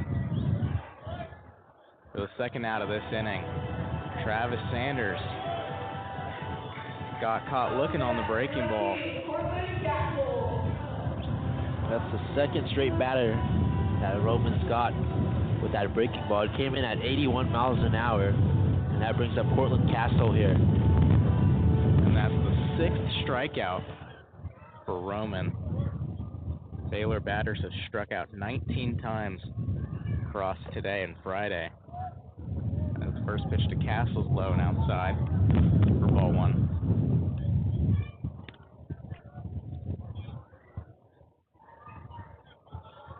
Cortland Castle grounded out to the shortstop Tyler Cox in the second inning. He shows bunt. This one's popped way up, but luckily for him, it'll hit the netting.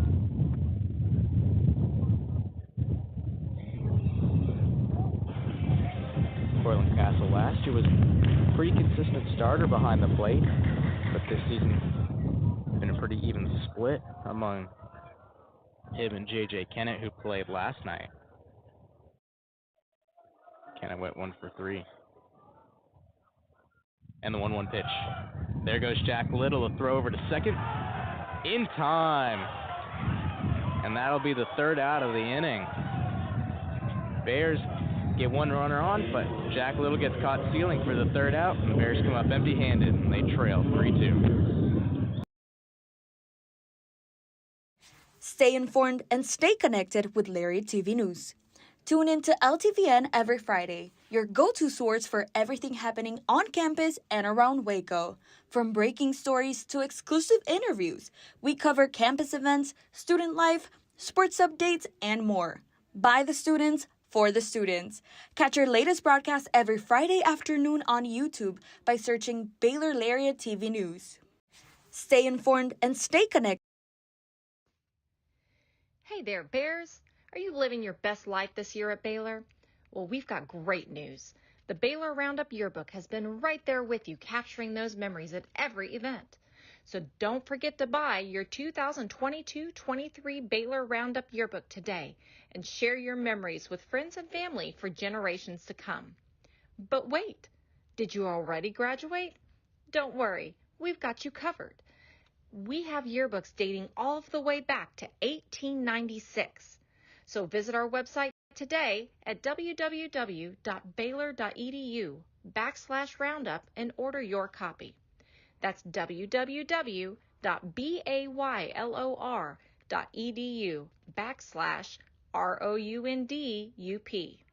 Have a great year, Bears, and sick 'em.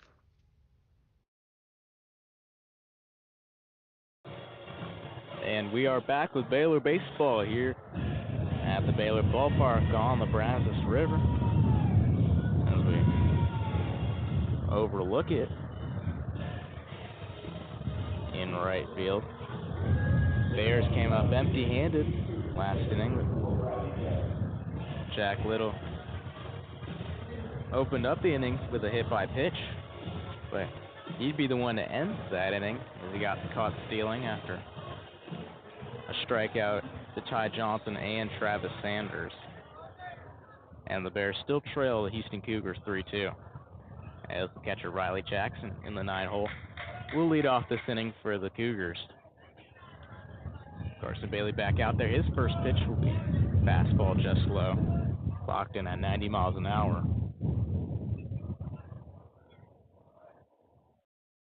Bailey last time out made a crucial mistake. His throw was wide of Jack Little. That one's outside for ball two. Ball got past Little and scored 3 runs, which gave the Cougars the lead.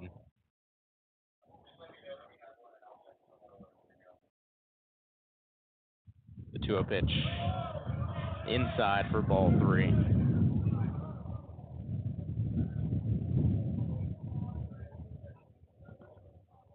Looks like there's a little movement going on in the Baylor bullpen. 3-0 pitch. And to get me over fastball, count runs 3-1 with nobody on, nobody out. Riley Jackson struck out in the 3rd inning, his only time up. And that will be upstairs for ball 4. And it's a leadoff base runner for Houston.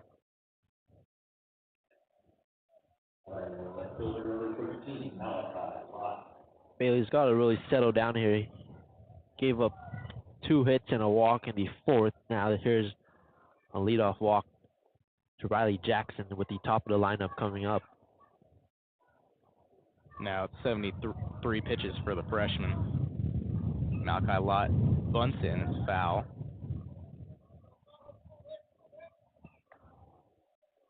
Malachi Lott 0 for 2 on the day. Rounded out to Jack Little, who took it himself to first base for the final out of the 3rd inning. Lott shows bunt once again, but he'll foul this one off. And the count goes 0-2 to the leadoff hitter.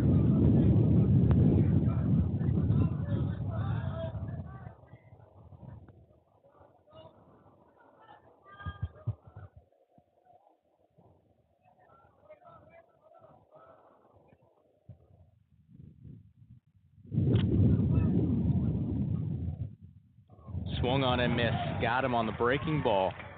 And that'll be out number 1 here in the top of the 5th.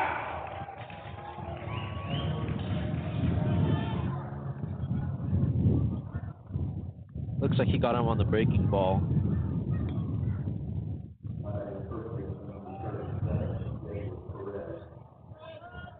Howie. He'll have to follow up that strikeout against the power-hitting Xavier Perez. Jeffrey, you got to think after a strikeout like that, that's got to give some confidence to Bailey, doesn't it? Yeah, you gotta get back on it. As that one's chopped foul to the Baylor dugout.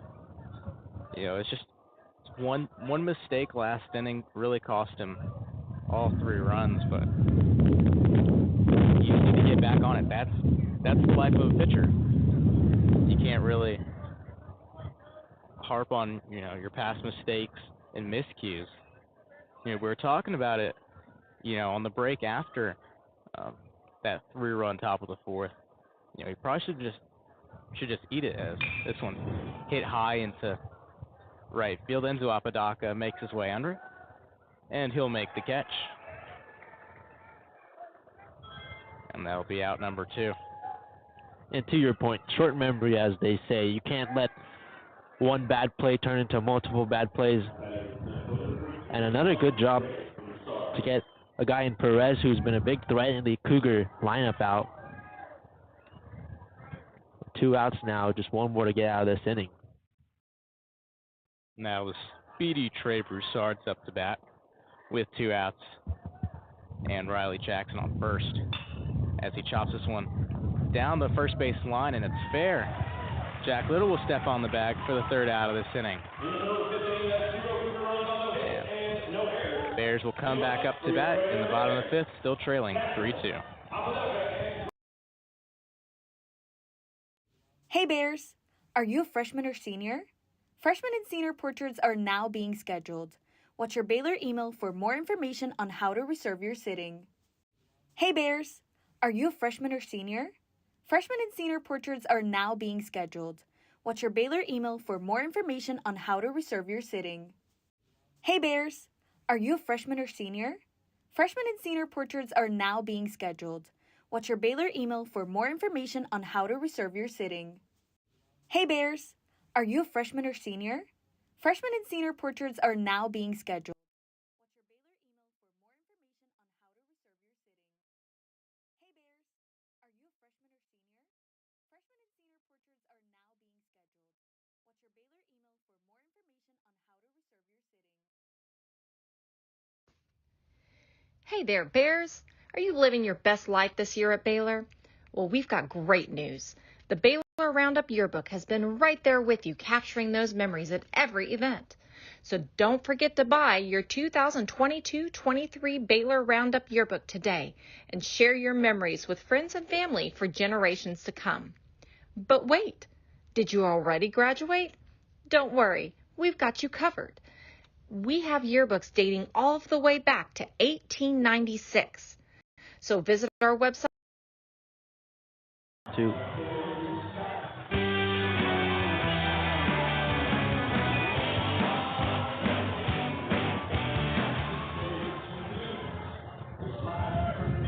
And we're heading to the bottom of the fifth inning, as the Bears hope to answer and tie this game up. They're trailing 3-2. And that'll do it from me here on Play-by-Play. I'll kick it over to my partner, Aidan Pham. Thanks, Jeffrey. A great job, as always, in the first 4.5 innings. Bottom of the fifth here from the Baylor Ballpark. The Bears find themselves in a 3-2 deficit over the Houston Cougars as Cortland Castle steps into the left-handed batter's box. Castle 0 for 1 on the day, had a ground out to the shortstop back in the second inning as Roman kicks and deals, and it's in the zone with a fastball for strike one. Roman Ritchie on the day, 60 pitches thrown, 40 of them have been strikes. He strides and deals here. It's a ground ball right side and into right field for a base hit for Cortland Castle, his first of the day, and the Bears have themselves a leadoff guy on first base.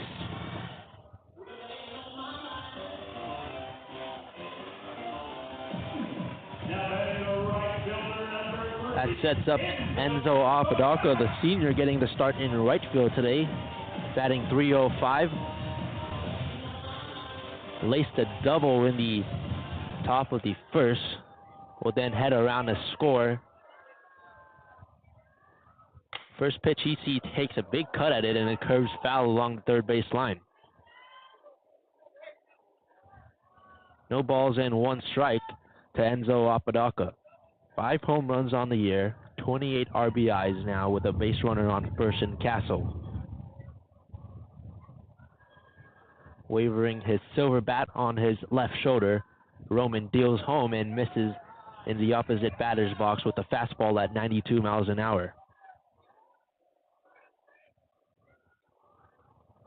1 ball, 1 strike. Bottom of the fifth, Bears trailing 3-2 against Houston.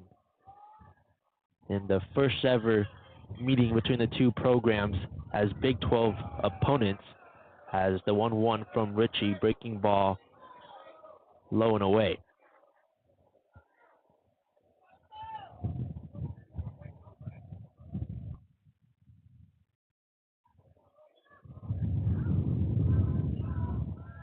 Roman with the tan glove in front of his chest deals off the bat of Apodaca and fouled back into the net behind home plate.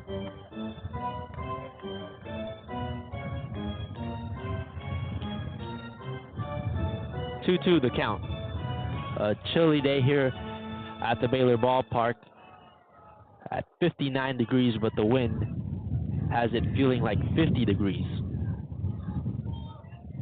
Castle with a 5-foot lead as Roman deals home in a breaking ball upstairs. A full count, 3 balls and 2 strikes now against Enzo Apodaca. Apodaca batting .305, but with runners on, 339. He digs into the left-handed batter's box, facing the righty, Roman Ritchie, who checks back to first, and a head-first dive from Castle back safely.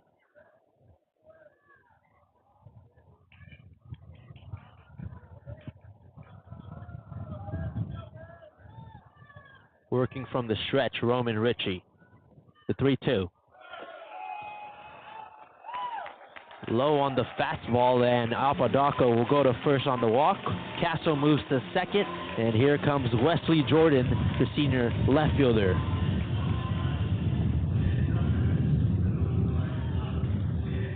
Now batting the left fielder, number 33, Wesley Jordan. Jordan, a senior, playing in left field today for the Bears. They were without him on Tuesday night. Had an RBI single in yesterday's loss to the Houston Cougars. Leaning that silver bat next to his right ear, he receives the first pitch and stares at a breaking ball missed low and away from Roman Ritchie.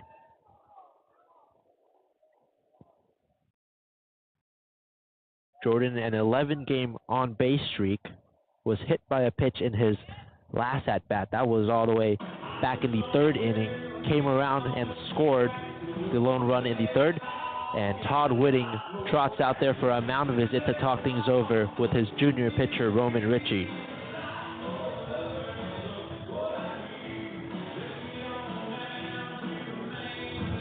(3-2), the Cougars lead. A mound visit for Roman.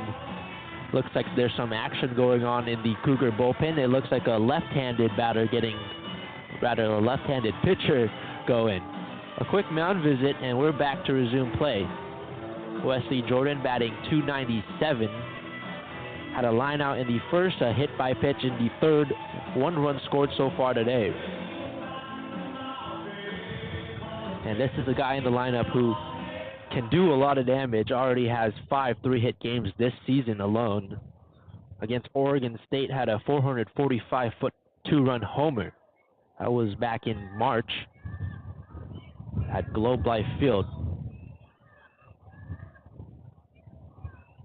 Roman looks back at second, now fires home. Fastball right down the heart of the plate for strike 1. 1 ball and 1 strike against Wesley Jordan. No outs with runners now on first and second. Bears trying to take the lead after a 3-run fourth frame from the Cougars. 1-1, swing and a miss on the breaking ball from Roman Ritchie.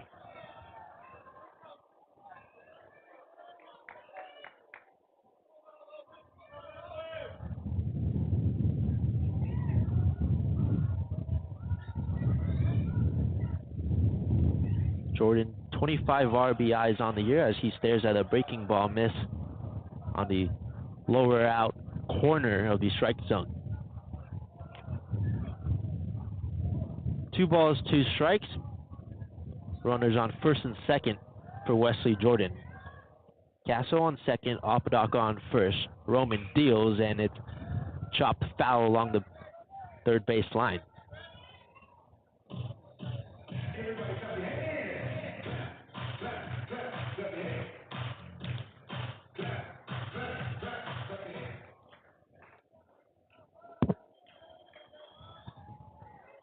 Jordan steps back in to the right-handed batter's box, facing the righty Roman.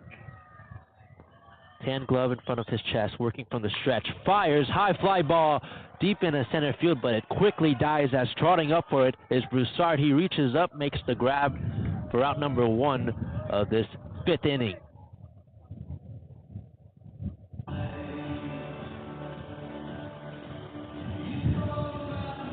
One down in the bottom of the 5th, and here comes Pearson Reebok, the freshman third baseman who has been nothing short of excellent this year.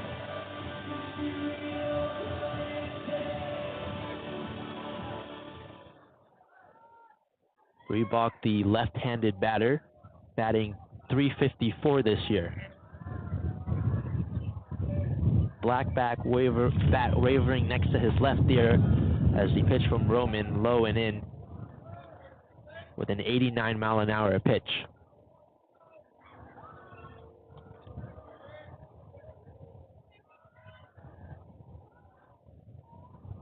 Reebok had an RBI single yesterday, getting the start at third base today as the pitch from Roman breaking ball misses to the opposite batter's box. Now, 2-0, you think this might be a pitch that Houston Reebok might want to jump on with runners on first and second. 2 balls, no strikes with 1 out. Runners on first and second, like Jeffrey said. The Bears find themselves down 3-2. The pitch from Roman, a fastball that just misses inside.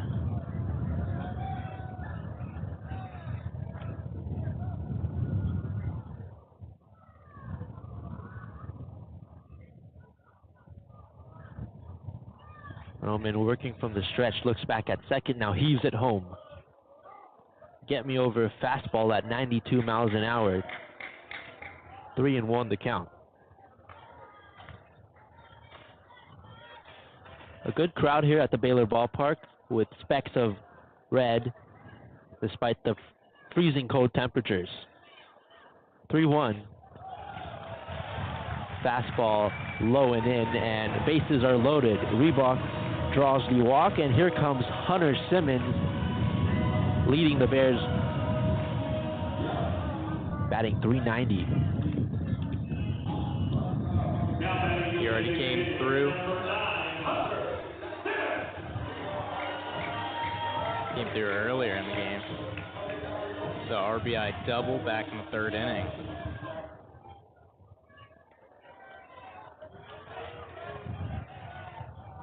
Simmons batting right-handed with the bases loaded now. A chance to do some damage here. He stares at the breaking ball from Roman, paint the outer edge of the zone. 0-1 the count.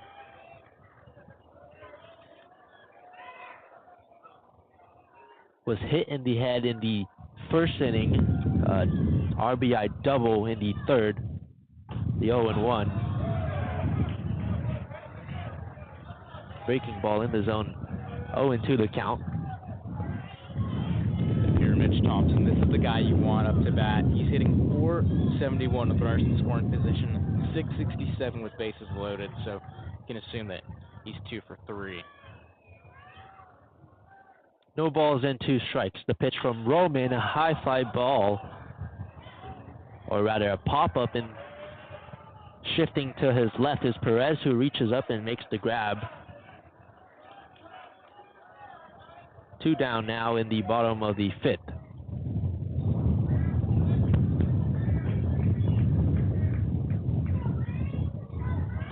And that brings up Tyreek Kemp, the senior in playing shortstop today. Now batting the shortstop, number 13, Tyreek Kemp. Kemp had a single in the 1st inning to extend his 5-game hitting streak to 6. In yesterday's game, he had a single and an RBI to go along with that. Flew out in the 3rd. First pitch from Roman. In there, or rather, just misses at 80 miles an hour. 1 ball, no strikes. 2 outs, bottom of the 5th. Bases loaded for Tyreek Kemp. Houston leads 3-2. Kicks and deals is Roman. And looks like he got the edge of the zone for strike 1.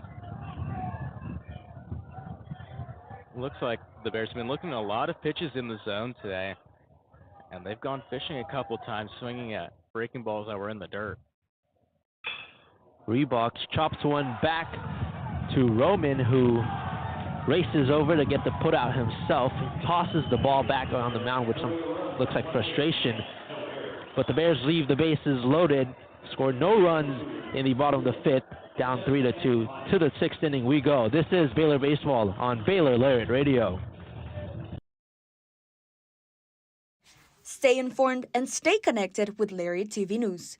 Tune in to LTVN every Friday, your go-to source for everything happening on campus and around Waco. From breaking stories to exclusive interviews, we cover campus events, student life, sports updates, and more. By the students, for the students. Catch your latest broadcast every Friday afternoon on YouTube by searching Baylor Lariat TV News. Stay informed and Hey there, Bears. Are you living your best life this year at Baylor? Well, we've got great news. The Baylor Roundup Yearbook has been right there with you, capturing those memories at every event. So don't forget to buy your 2022-23 Baylor Roundup Yearbook today and share your memories with friends and family for generations to come. But wait, did you already graduate? Don't worry, we've got you covered. We have yearbooks dating all the way back to 1896. So visit our website today at www.baylor.edu/roundup and order your copy. That's www.baylor.edu/ROUNDUP. Have a great year, Bears, and sick 'em.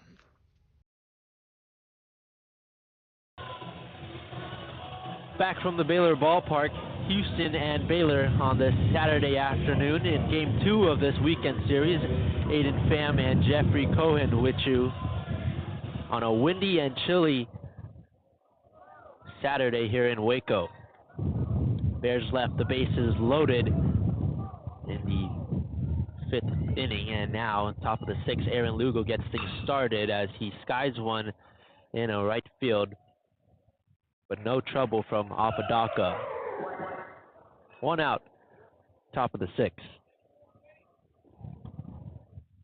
And with that out, Carson Bailey has his longest outing on the season now at 5 1/3. His longest was 5 innings. He had it back on February 25th against Stephen F. Austin and on March 9th against Loyola Marymount. First pitch to Kenneth Jimenez is in the zone for strike 1 as Bailey on the day, 5 1/3 innings pitched, 2 hits and 3 runs, 6 strikeouts, 0-1. Breaking ball misses low.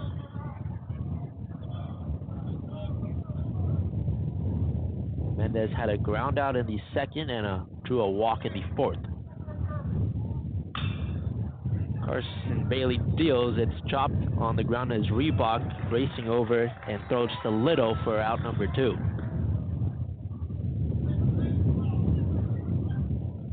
Good play by Reebok just to charge a slow chopper, some high bounces, and just throw a dart to first base. Here's Cade Climby, the junior third baseman. Climby trying to get on base for the first time today after striking out 2 times already. Steps into the right-handed batter's box, waves that silver bat next to his right ear. Bailey kicks and deals, and a fastball in the zone.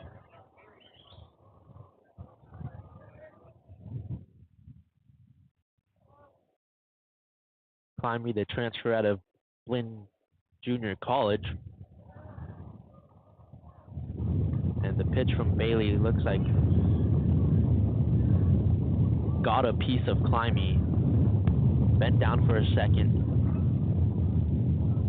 In some pain. And the athletic training staff will walk out there to check him out. Looks like he's okay. He's still on his feet. Multiple batters hit already today, and with the chilly temperatures, you got to think that every hit hurts a little extra because of how cold it is. Yeah, he'll be feeling it tonight. He'll probably be feeling it tomorrow as well. Here comes Evan Hager, takes a couple cut swings, and now steps into the left-handed batter's box. Hager batting .208.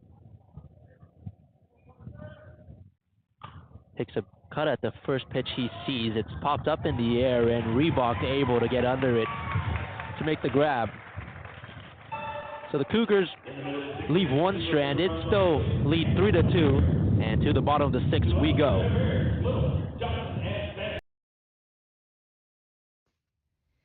Hey there, Bears. Are you living your best life this year at Baylor? Well, we've got great news. The Baylor Roundup Yearbook has been right there with you, capturing those memories at every event.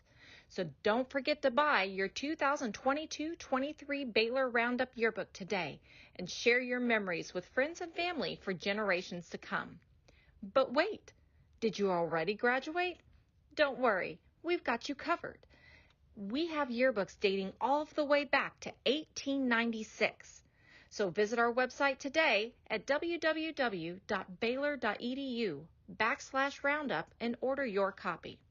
That's www.baylor.edu/ROUNDUP. Have a great year, Bears, and sick 'em. Hey there, Bears. Hey Bears, are you a freshman or senior? Freshman and senior portraits are now being scheduled. Watch your Baylor email for more information on how to reserve your sitting. Hey Bears, are you a freshman or senior? Freshman and senior portraits are now being scheduled.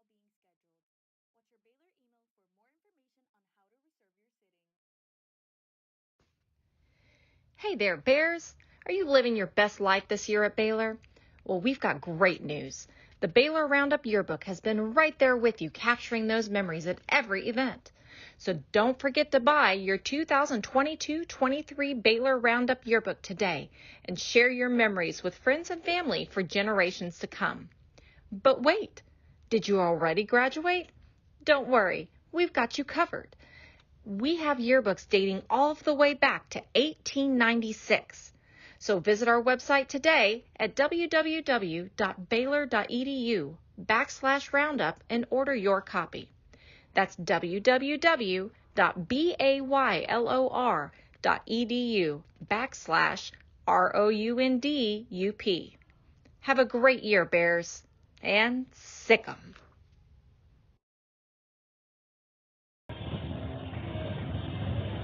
Bottom of the sixth inning from the Baylor Ballpark.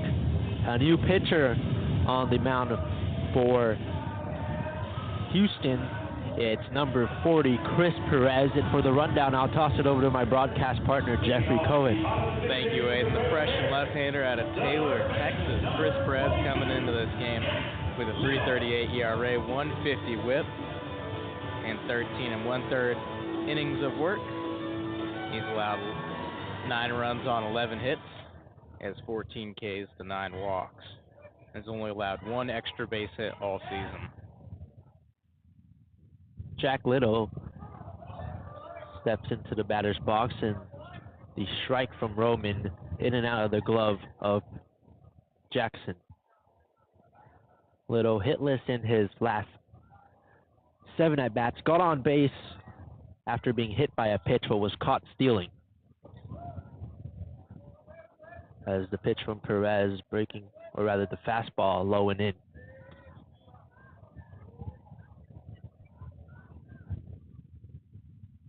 One. Again, in and out of the glove of Jackson. 2 balls and 1 strike with no out. Bottom of the 6th for Jack Little. Little batting .263. As the 2-1 from Roman, fastball right down the middle for strike 2.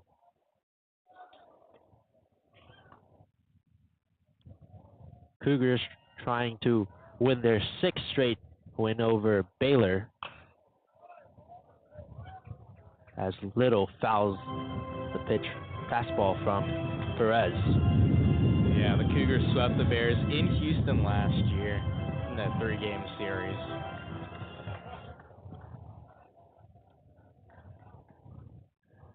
Two, swing and a miss on the breaking ball from Perez. Jack Little, his 2nd strikeout of the day.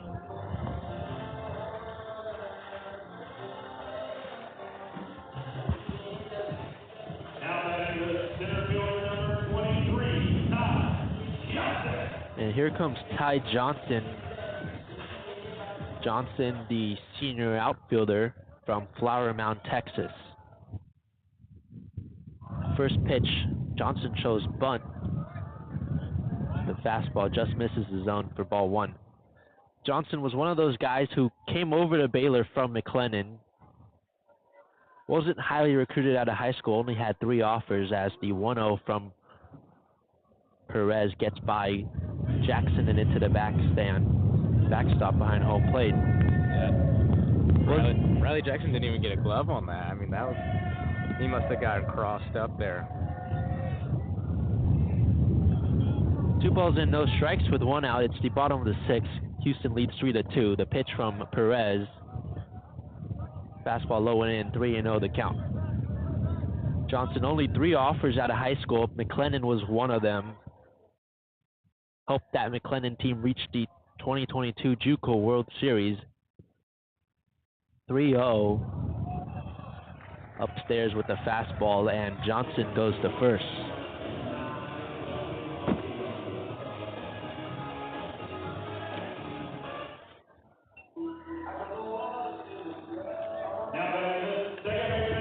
Ty Johnson's 3rd walk that he's drawn this series. Been very good about getting on base in all different kinds of ways this season. And Johnson left the game early last weekend against Arizona after he was hit in the hand by one of those pitches. Back this weekend, didn't play Tuesday. As here's Travis Sanders. Sanders, a red bat.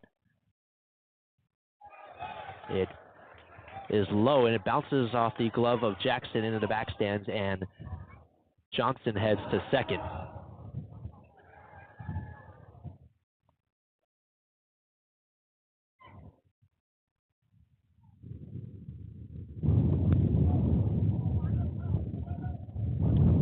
Sanders came through as the hero on Tuesday night with that walk-off home run against HCU.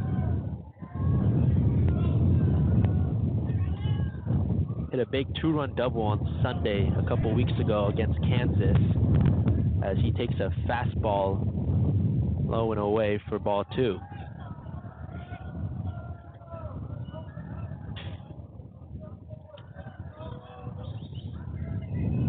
Perez, black glove in front of his chest, sets and deals, and fastball low and in. 3 balls and no strikes with a runner on second for Sanders, 1 out here in the top of the 6th, trailing 3-2. Yeah, Travis Sanders this season, or this series, struck out a total of 5 times in the 6 at-bats. That's a walk there. Pitch from Perez just misses inside at 89 miles an hour. And that's the 2nd consecutive walk this inning from Perez.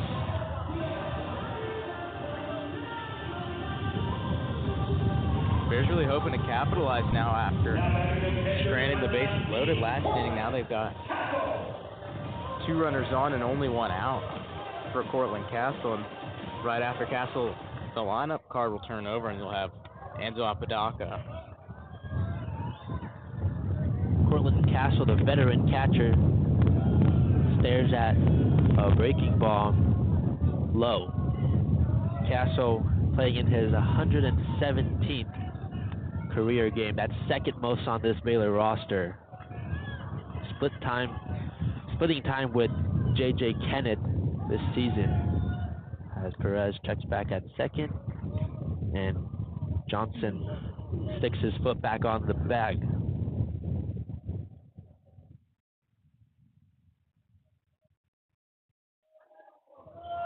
A .271 batter in Castle. Strides and deals is Perez, and a fastball gets the edge of the zone for strike 1.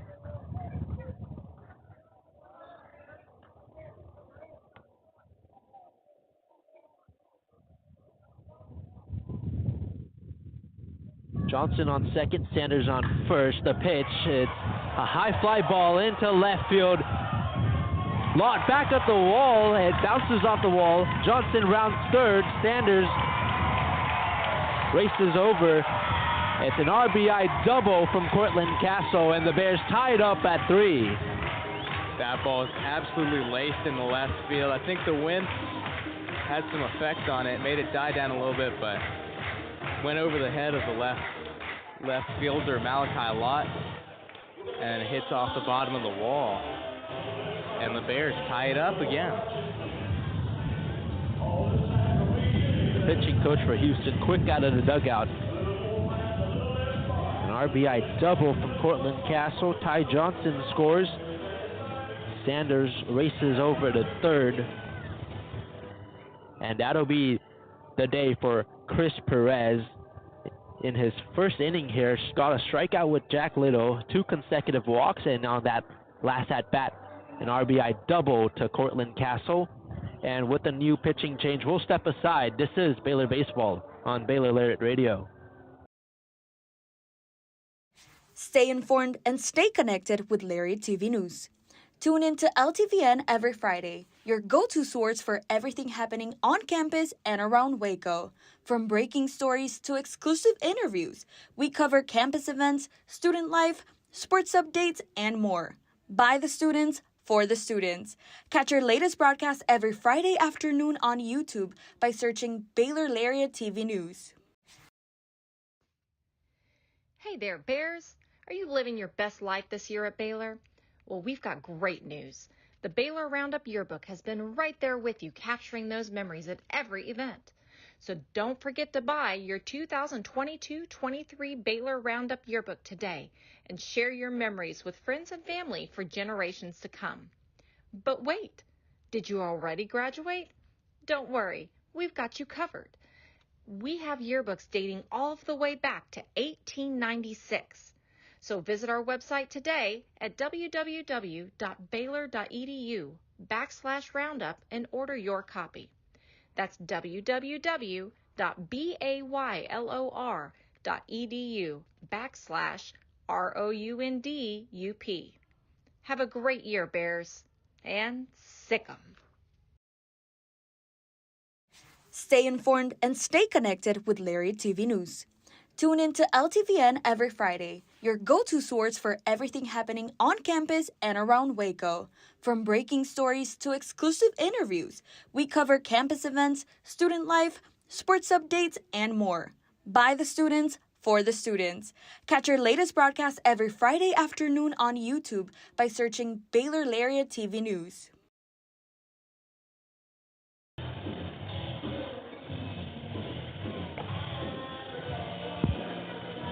Back from the Baylor Ballpark, it's the bottom of the 6th inning. The Bears just tied it up. We're knotted at 3. Pitching change for the Houston Cougars. It's number 35, Grayson Drezik, playing for a second consecutive game after making an appearance last night. And for the scoop on the new pitcher, I'll toss it over to Jeffrey. Thank you, Aidan. The senior righty standing at 6'3", weighing 210. As he said, he's in his second appearance of the series. First pitch to Apodaca, takes a big cut through the breaking ball. Drezik got the win last night, only pitched 2/3 of an inning, gave up only 1 hit and no runs. He had 2 strikeouts and 1 wild pitch. 0-1 to Apodaca. 85-mile-an-hour pitch misses away. 1 ball, 1 strike with 1 out. Runners on second and third.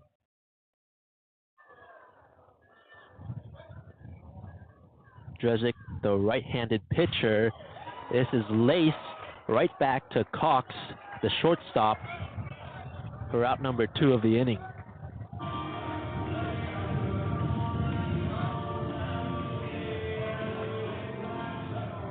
Now that is the left fielder number 33, Wesley Jordan. Here's Wesley Jordan making his 4th plate appearance of the day. With 2 outs and runners on second and third. Pitch from Drezik is low and in at 85 miles an hour, the breaking ball. Jordan had a line out in the first, hit by pitch in the third, and a fly out in the 5th. Drezik, the 1-0. Fastball misses inside once again. 2-0 the count. Jordan 295 batting average, but with runners on 323.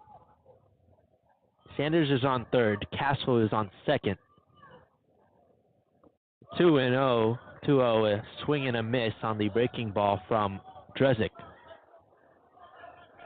Yeah, Drezik started this year as a starter, going 4 innings against Minnesota, and then going 5 and 3 innings and 6 innings.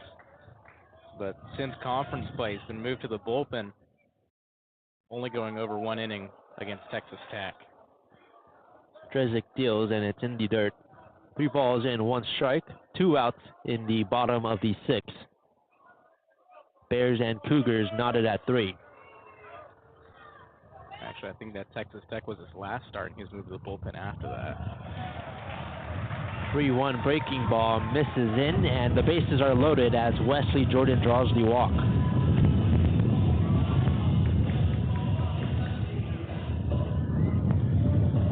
A good opportunity here for Pearson Reebok to make his stamp on this series. Reebok 17 RBIs this year and 1 home run. Drezik gets set and fires home.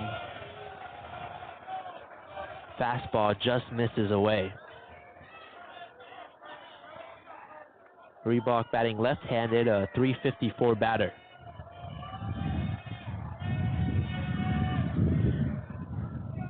Chickson deals a swing and a miss on the fastball at 91 miles an hour. Looked like Reebok was out ahead of it. Waved and missed at it. 1 ball, 1 strike, 2 outs, bottom of the 6th. Bases loaded. Here's the pitch. In the dirt. Good stop from Drezik.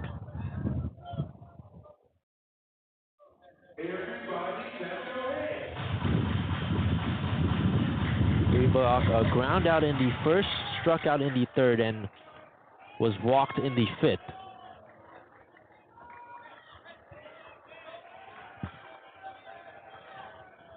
The pitch is chopped right back to Roman, who shuffles it to Perez, and the Bears leave the bases loaded once again. To the 7th inning we go, tied at 3. This is Baylor Baseball on Baylor Lariat Radio.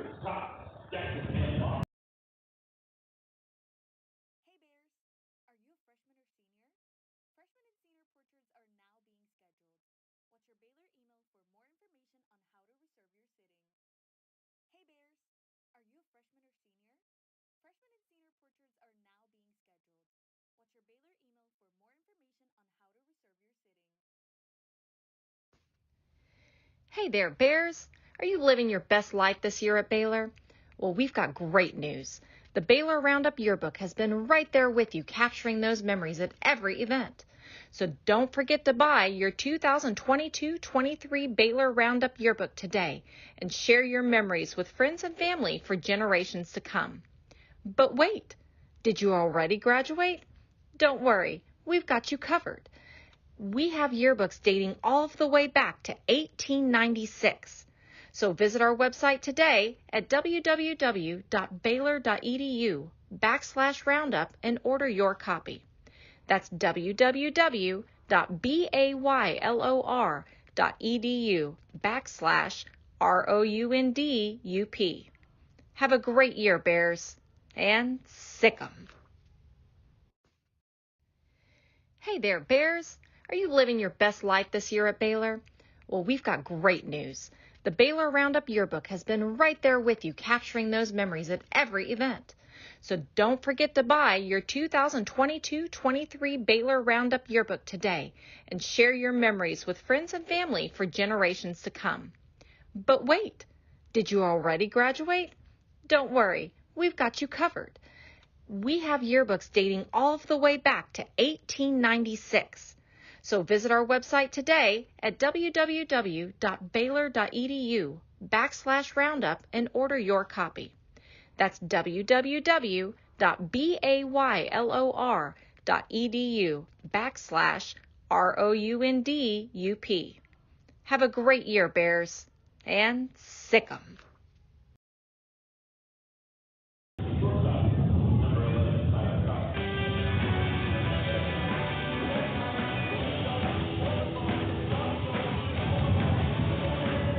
Back from the Baylor Ballpark, top of the 7th inning, Bears and Cougars tied at 3. Pitching change from Mitch Thompson, it's Caleb Bunch. First pitch to Tyler Cox. A breaking ball that paints the edge of the zone for strike one. Bunch made his last appearance Tuesday night against HCU, and the 0-1 pitch is chopped foul, and it rolls towards the Baylor dugout. 0-2 the count. Bunch, the senior right-handed pitcher out of Keller, Texas, a transfer from Northwestern State. 0-2. Looks like he went, and Castle will fire it a little to first and ensure the out. Yeah, Caleb Bunch in his last outing, he said again Tuesday night against Eastern Christian, went 2/3 of an inning. He gave up a hit and a run and snapped his 3-game scoreless streak. But he's been fairly consistent. He's been good all year. He's given up a run in only 4 of his 11 appearances so far. Swing and a miss on the breaking ball from Riley Jackson. Jackson, a strikeout and a walk today. Bunch delivers, and a swing and a miss once again on the breaking ball. Low and away from Caleb Bunch. 5 pitches thrown so far today, all of them strikes.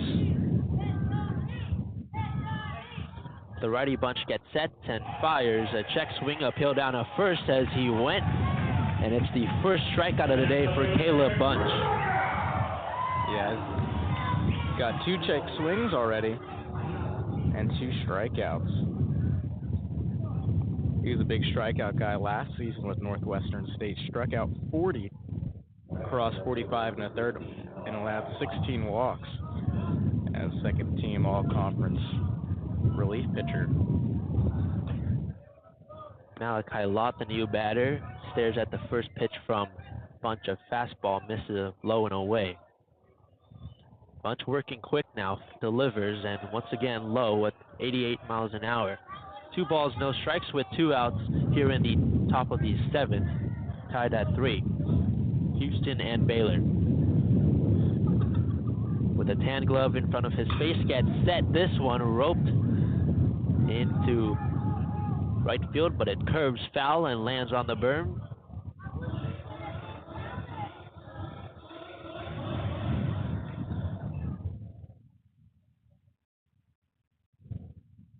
Bunch, 3 of his last 4 outings have been scoreless. Made his Baylor debut on opening day against Youngstown State. Picked up the 3 innings saved in that game. Through 2 scoreless frames against UTSA in relief, and got out of a big strand with the bases loaded against Gonzaga. He deals, and this one pops off the bat and fouled back. Starting to rain here at the Baylor Ballpark. On a windy day, the flag in center field blowing sharply to right field. 2-2 from Bunch. Breaking ball misses away. 3 balls and 2 strikes, a full count against Malachi Lott. Lott batting 179 this year. 3-2, sends one into right field. Apodaca makes the grab, and it's a 1-2-3 inning for the newly inserted Caleb Bunch. Bears and Cougars tied at 3. Stay informed and stay connected with Lariat TV News. Tune in to LTVN every Friday, your go-to source for everything happening on campus and around Waco. From breaking stories to exclusive interviews, we cover campus events, student life, sports updates, and more. By the students, for the students. Catch our latest broadcast every Friday afternoon on YouTube by searching Baylor Lariat TV News. Hey there, Bears. Are you living your best life this year at Baylor? Well, we've got great news. The Baylor Roundup Yearbook has been right there with you, capturing those memories at every event. So don't forget to buy your 2022-23 Baylor Roundup Yearbook today and share your memories with friends and family for generations to come. But wait, did you already graduate? Don't worry, we've got you covered.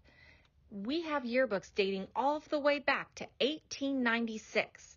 So visit our website today at www.baylor.edu, www.baylor.edu/roundup and order your copy.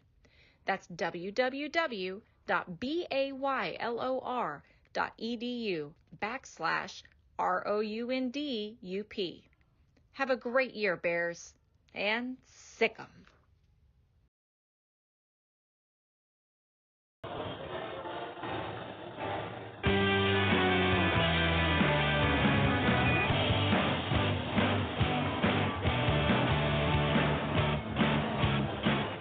Baylor baseball on the Brazos. This is Baylor baseball on Baylor Lariat Radio. Bottom of the 7th from the Baylor Ballpark. Baylor and Houston knotted up at 3.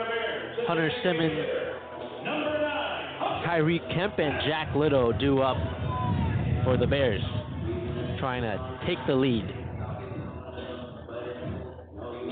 Yeah, Bears have been stranding a lot of runners as of late.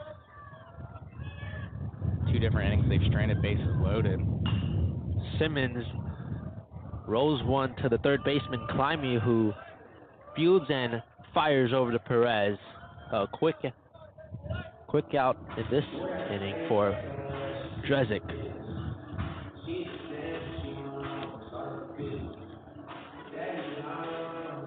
That brings up Tyreek Kemp.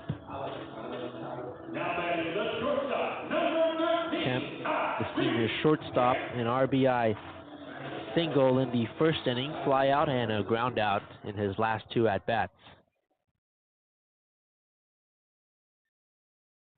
Wavering the bat above his head, rolls one towards the shortstop Cox, who throws over the Perez. And 2 pitches this inning and 2 quick outs.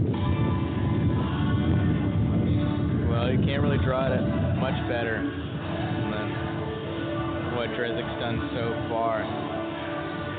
Now batting at first baseman number 22, Jack Little. 2 pitches, 2 outs this inning. Here's Jack Little now. 2 strikeouts already today, had 2 yesterday. Hit by a pitch in the 4th. Drezik steals, and Little stares at an 85-mile-an-hour pitch in the zone.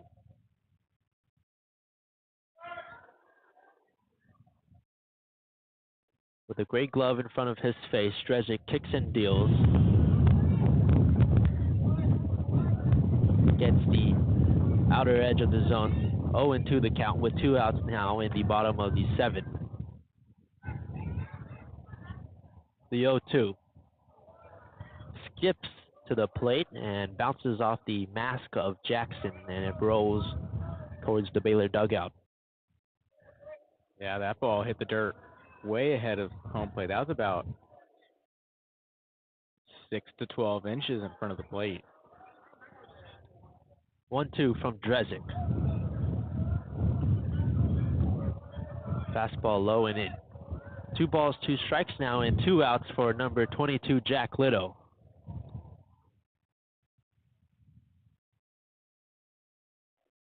Drezik strides and deals. Misses low, and a full count now against the sophomore first baseman. Yeah, it looked like the catcher, Riley Jackson, was very confident that Jack Little went around on that check swing. He was about to throw the ball over to third base, but the first base umpire said, no swing. 3-2 pitch inside. Little leans back and gets on the walk.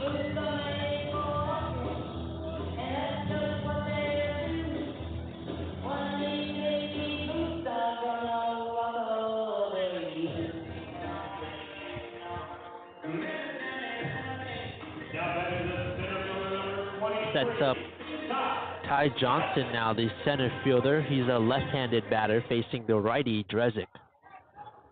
That was the 6th walk that the Cougars have allowed this game.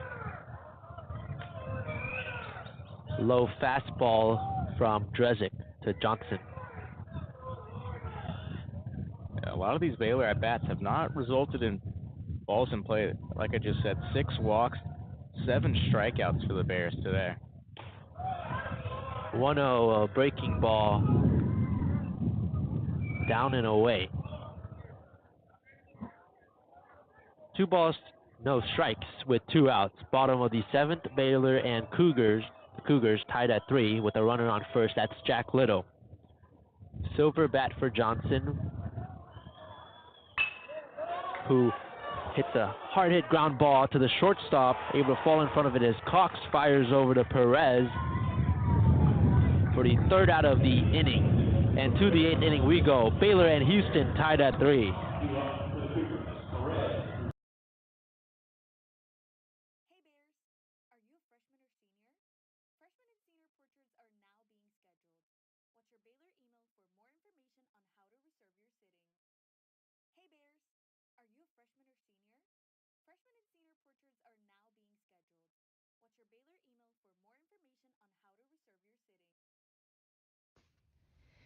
Hey there, Bears. Are you living your best life this year at Baylor? Well, we've got great news. The Baylor Roundup Yearbook has been right there with you, capturing those memories at every event. So don't forget to buy your 2022-23 Baylor Roundup Yearbook today and share your memories with friends and family for generations to come. But wait, did you already graduate? Don't worry, we've got you covered. We have yearbooks dating all the way back to 1896. So visit our website today at www.baylor.edu/roundup and order your copy. That's www.baylor.edu/ROUNDUP. Have a great year, Bears, and sick 'em.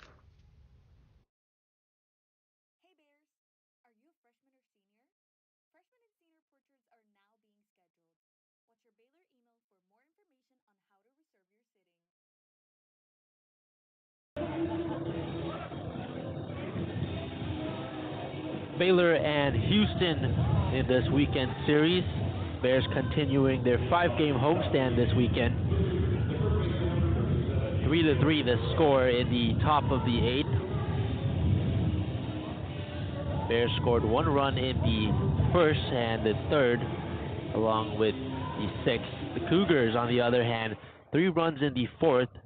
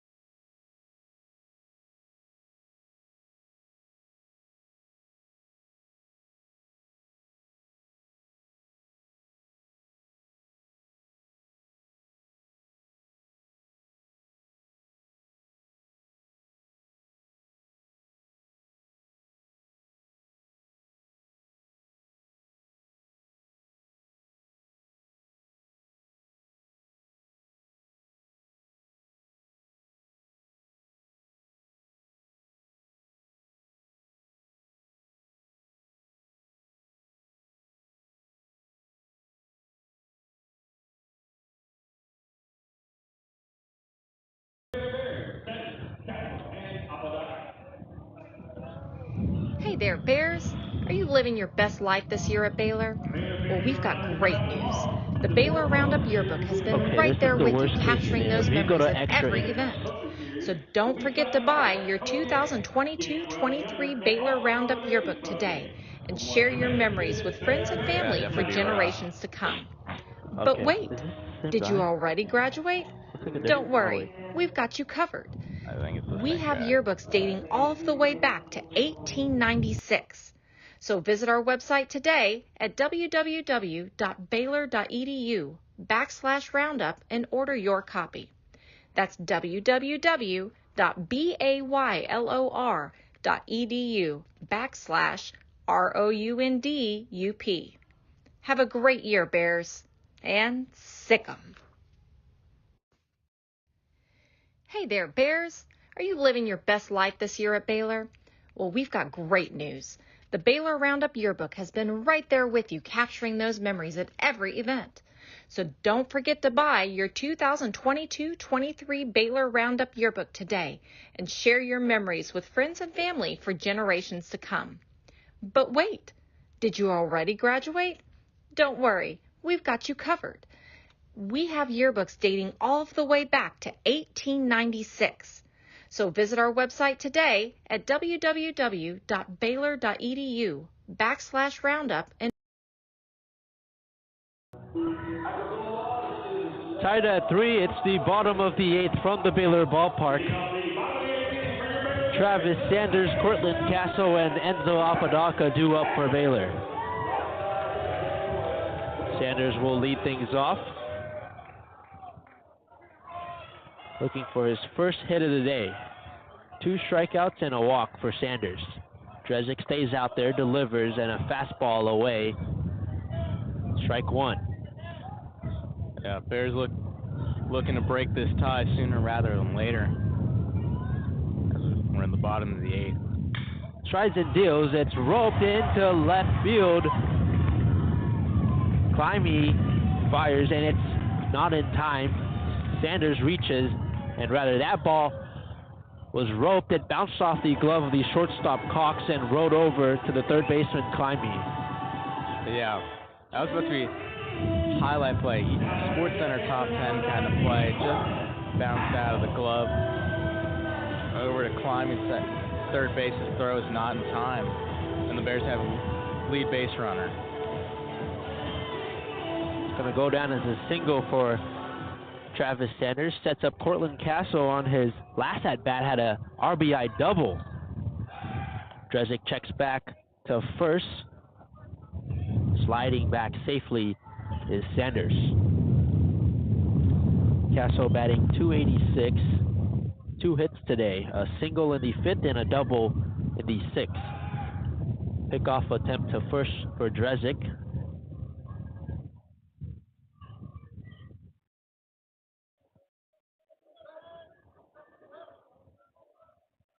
Six hits on the day for the Bears, 3 runs, also 3 errors defensively though.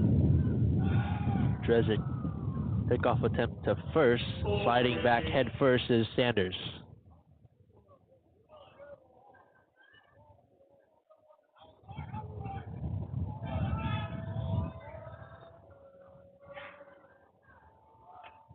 Castle shows bunt. It pops off his bat and rolls towards the Houston dugout.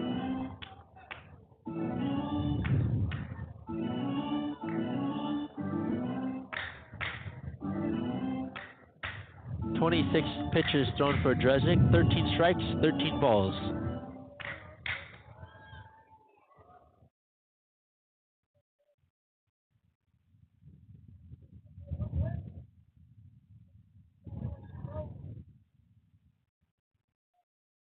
Drezik with the glove in front of his chest, fires to first. Worried about Sanders, who has stolen 2 bases this year, but also has been caught stealing twice as well. Drezik, the 0-1. Castle shows bunt. And the breaking ball misses low and away.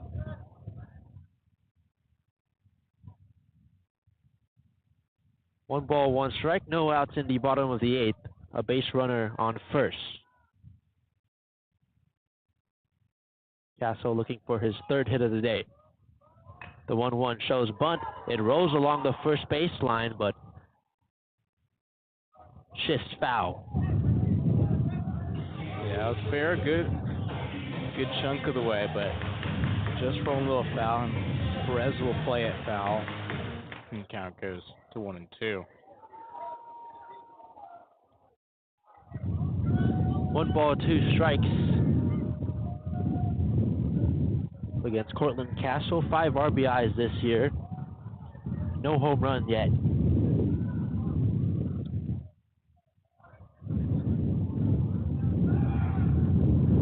Drezick over the first and back safely once again is Sanders.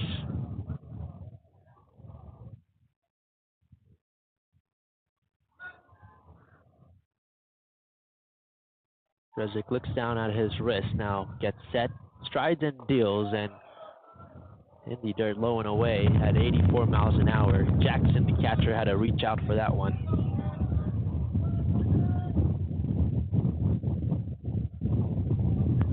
Wind starting to pick up here at the Baylor Ballpark.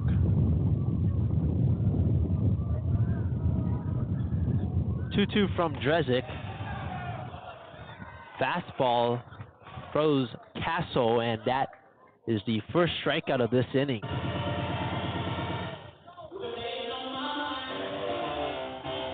Yeah, I don't really know what Castle saw right there. That's a fastball, pretty clean over the plate, just didn't lift that bat off the shoulders. And now he's got to walk back to the dugout. There's 1 out with 1 runner on this inning.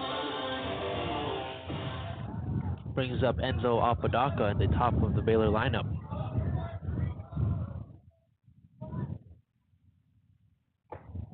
Drezick deals an 82 mile an hour pitch in the zone. 28 RBIs this year for Apodaca, 5 home runs, batting .303. 0-1 from Drezick, down the third base line and fair. Racing around second is Sanders, and it's a double from Enzo Apodaca. Placed it just perfectly. Third baseman Kate Climbey wasn't playing too far off the base, just unable to get a hold of it, and it found its way into the outfield.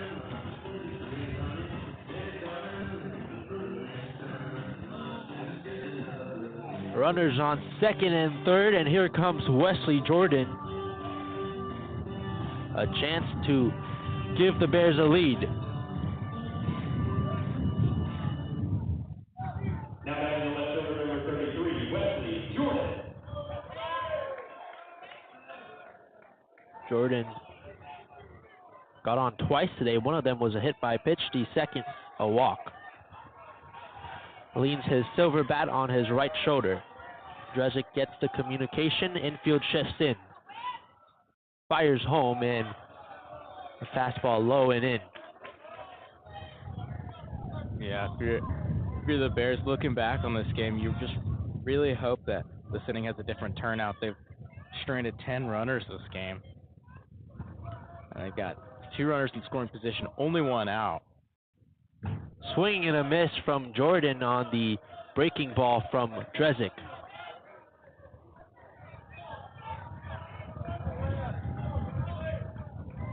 Jordan bats .295, but with runners in scoring position, .302. The infield is in. Drezick, the 1-1. Rose to the plate, 2-1 the count, with 1 out in the bottom of the 8th, tied at 3. Runners on second and third for Baylor.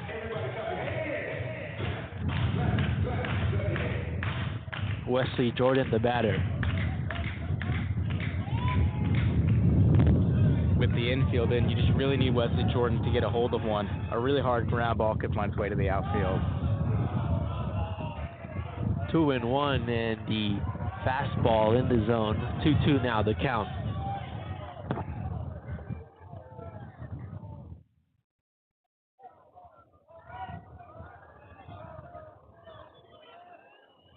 2 balls, 2 strikes. A low fastball from Drezik, and it's a full count against Wesley Jordan with 1 out in the bottom of the 8th. Game tied at 3. Runners on 2nd and 3rd for Baylor.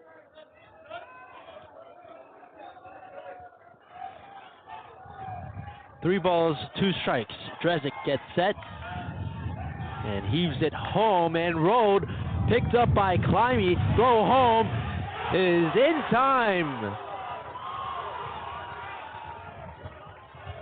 It looks like Mitch Thompson's calling for a review at the plate.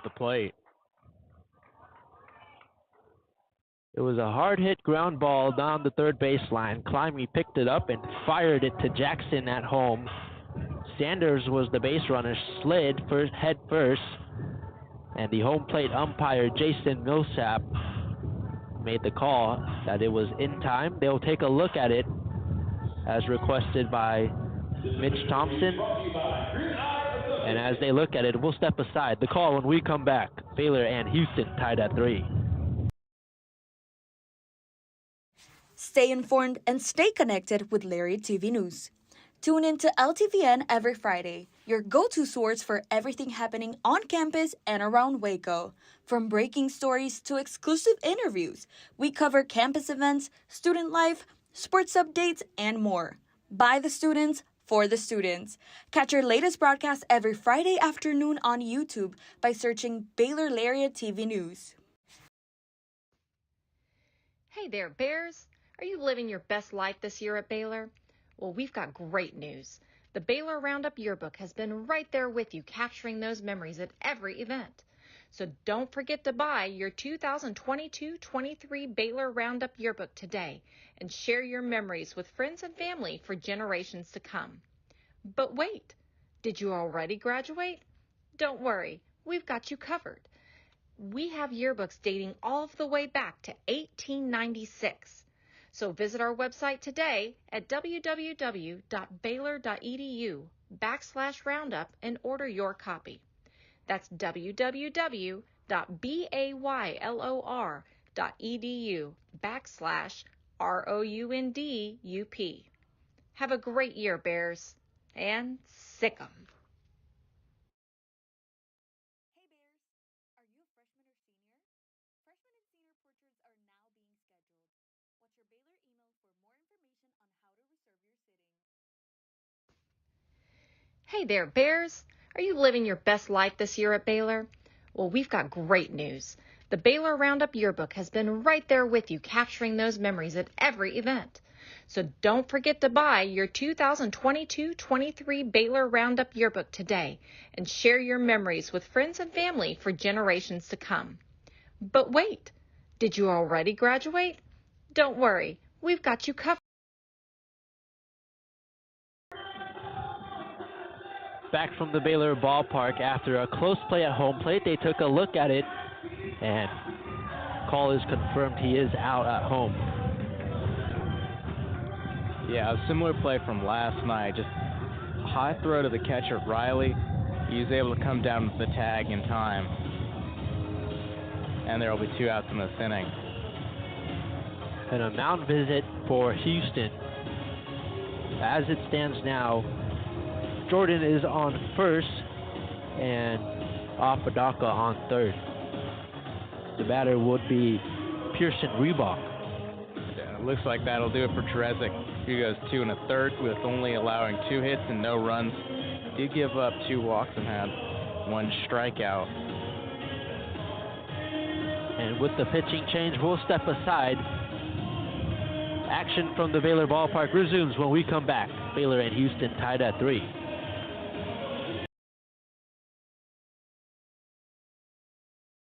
Stay informed and stay connected with Lariat TV News.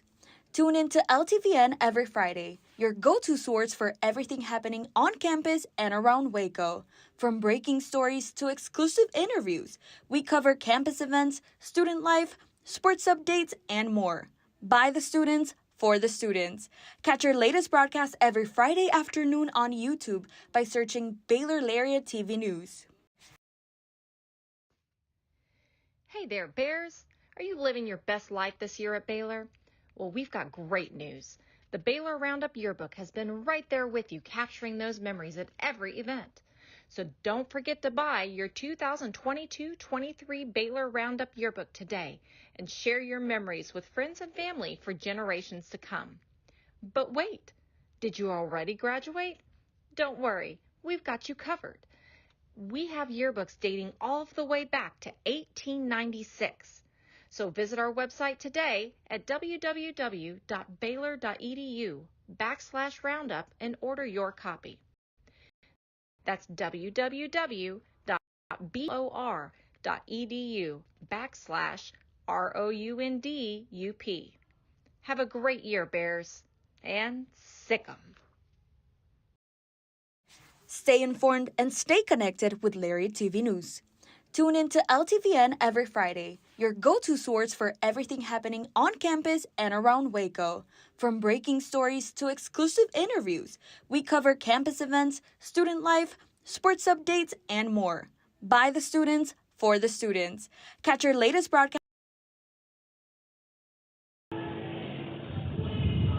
Back from the Baylor Ballpark, bottom of the 8th after a pitching change from Todd Whitting and the Cougars. The new pitcher for Houston is number 33, Chris Skinta. Yeah, Chris Skinta, the junior transfer from Miami, coming into this game with a 3.86 ERA, .79 WHIP. Pearson Reebok now the batter with runners in scoring position on first and third. Skinta delivers. It gets by Jackson for a second, but he quickly gathers it up.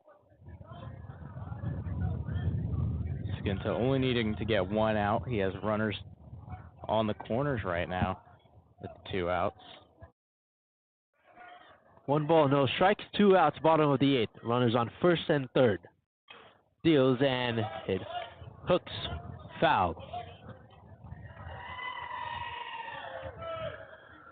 Skinta's last time out was on Tuesday against A&M Corpus Christi. Had a 1-2-3 inning. Very clean. He's hoping just to get the job done. Only needs 1 out to get out of this inning. Pearson Rewalk still looking for his first hit today as he sends one in the left field. That'll score a run off Adaka's home. An RBI single from Pearson Rewalk, and the Bears catapult in front 4-3. Yeah, just a light blooper into the deep infield, but Cox trying to dive for it, gets past his reach, and it just rolls into left field. Apodaca will score.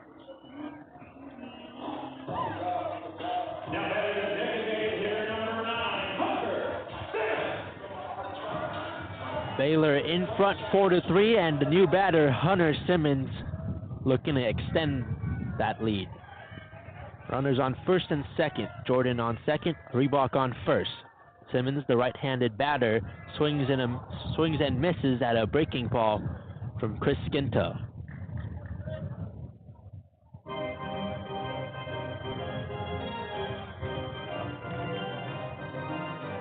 Yeah, it was just a big-time play by Reebok. Just getting it done. I mean, this week has been pretty good for the young guys. Looks like we're going to have a pinch runner, Caleb Bergman. Caleb Bergman pinch running for Wesley Jordan, who limps off the field.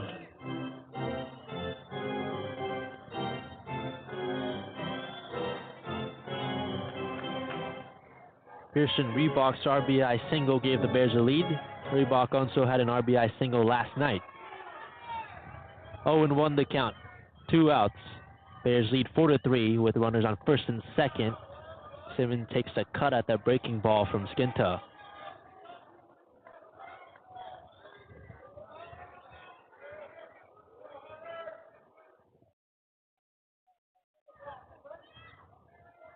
Simmons leading the Bears, batting .389 this year. The pitch and a swing and a miss on the breaking ball once again. The Bears get 1 run and they take a 4-3 lead. Top of the 9th coming up. This is Baylor Baseball on Baylor Lariat Radio. Stay informed and stay connected with Lariat TV News. Tune in to LTVN every Friday, your go-to source for everything happening on campus and around Waco. From breaking stories to exclusive interviews, we cover campus events, student life, sports updates, and more. By the students, for the students. Catch your latest broadcast every Friday afternoon on YouTube by searching Baylor Lariat TV News. Hey there, Bears. Are you living your best life this year at Baylor? Well, we've got great news. The Baylor Roundup Yearbook has been right there with you, capturing those memories at every event. So don't forget to buy your 2022-23 Baylor Roundup Yearbook today and share your memories with friends and family for generations to come. But wait, did you already graduate? Don't worry, we've got you covered. We have yearbooks dating all the way back to 1896. So visit our website today at www.baylor.edu/roundup and order your copy. That's www.baylor.edu/ROUNDUP. Have a great year, Bears, and sick 'em.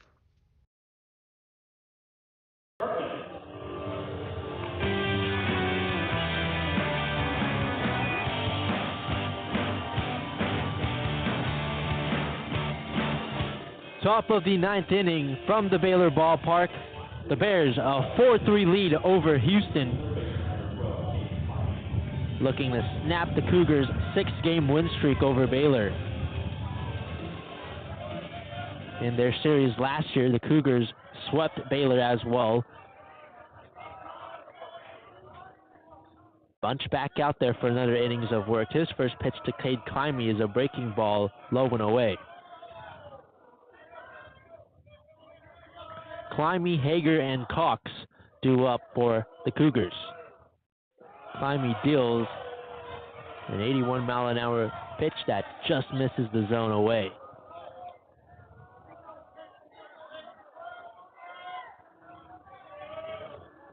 Working quickly is Bunch. Breaking ball, low and away, at 3-0 the count. Yeah, if I'm Mitch Thompson and Sean Snedeker, I want to have a lot of confidence in Bunch, but I would give him a short leash. Breaking ball from Bunch gets the corner of the zone. 3 balls and 1 strike. 3-1 from Bunch. In the zone now, a full count against Cade Climby, junior third baseman. 2 strikeouts today, a hit by pitch as well. The 3-2, swing and a miss on the breaking ball.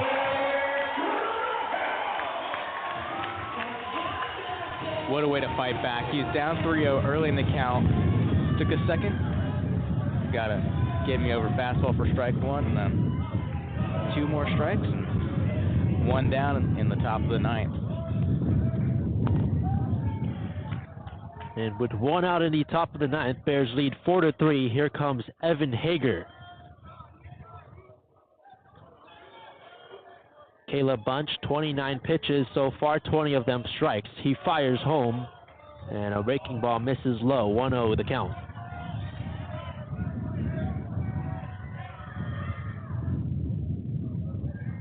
Hager, a fly out, a strikeout, and reached on 1 error today.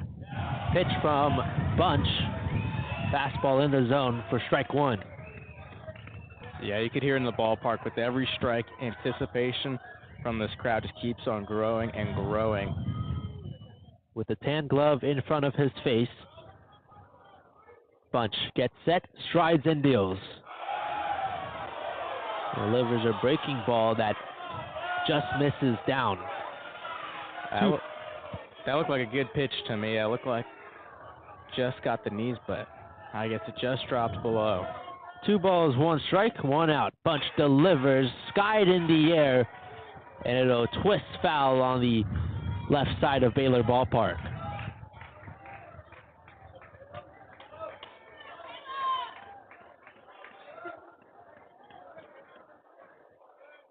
Two balls, 2 strikes, 1 out, top of the 9th. Baylor leads 4-3 over Houston. The pitch.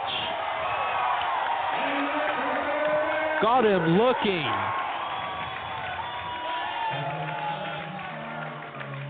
Scoreboard shows it was a 79-mile-an-hour pitch.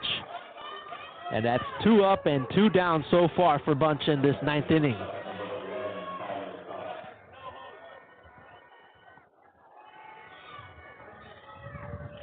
Tyler Cox, the junior shortstop, steps up to the plate.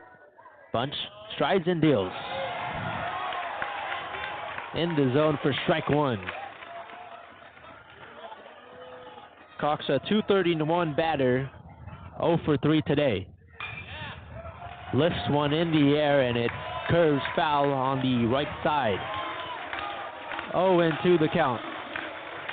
Fans are getting on their feet and clapping as the Bears are 1 strike away. No balls, 2 strikes, 2 outs, top of the 9th. Bears lead 4-3. Bunch sets, delivers, and the breaking ball skips to the plate.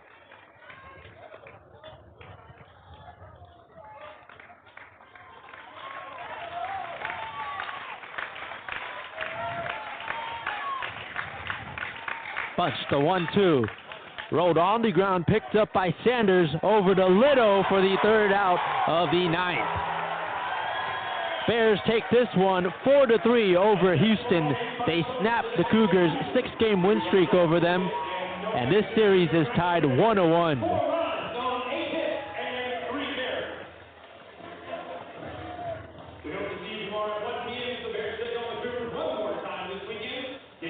Bears trailed 3-2 at one point in this game. Were able to fight their way back, and thanks to an RBI single from Pearson Reebok, take the 4-3 lead, and Caleb Bunch gets the save for Baylor. Yeah, this win was led by the pitchers. Bears only needed 2. You had Carson Bailey going 6 to start this game, gave up 2 hits, 3 runs on that 1 error back in the 4th inning. And ever since then, Cougars were shut out and shut down. Caleb Bunch going 3 innings in relief, giving up only 1 hit and no runs. Both pitchers combined for 10 strikeouts, and just an absolute masterclass on the mound for the Bears. Caleb Bunch picks up the win. He's 1-0 on the year. Series is tied at 1. And that'll do it for us on this Saturday afternoon from the Baylor Ballpark. On behalf of my broadcast partner, Jeffrey Cohen, I'm Aidan Pham. We thank you for joining us, and Sic 'em Bears.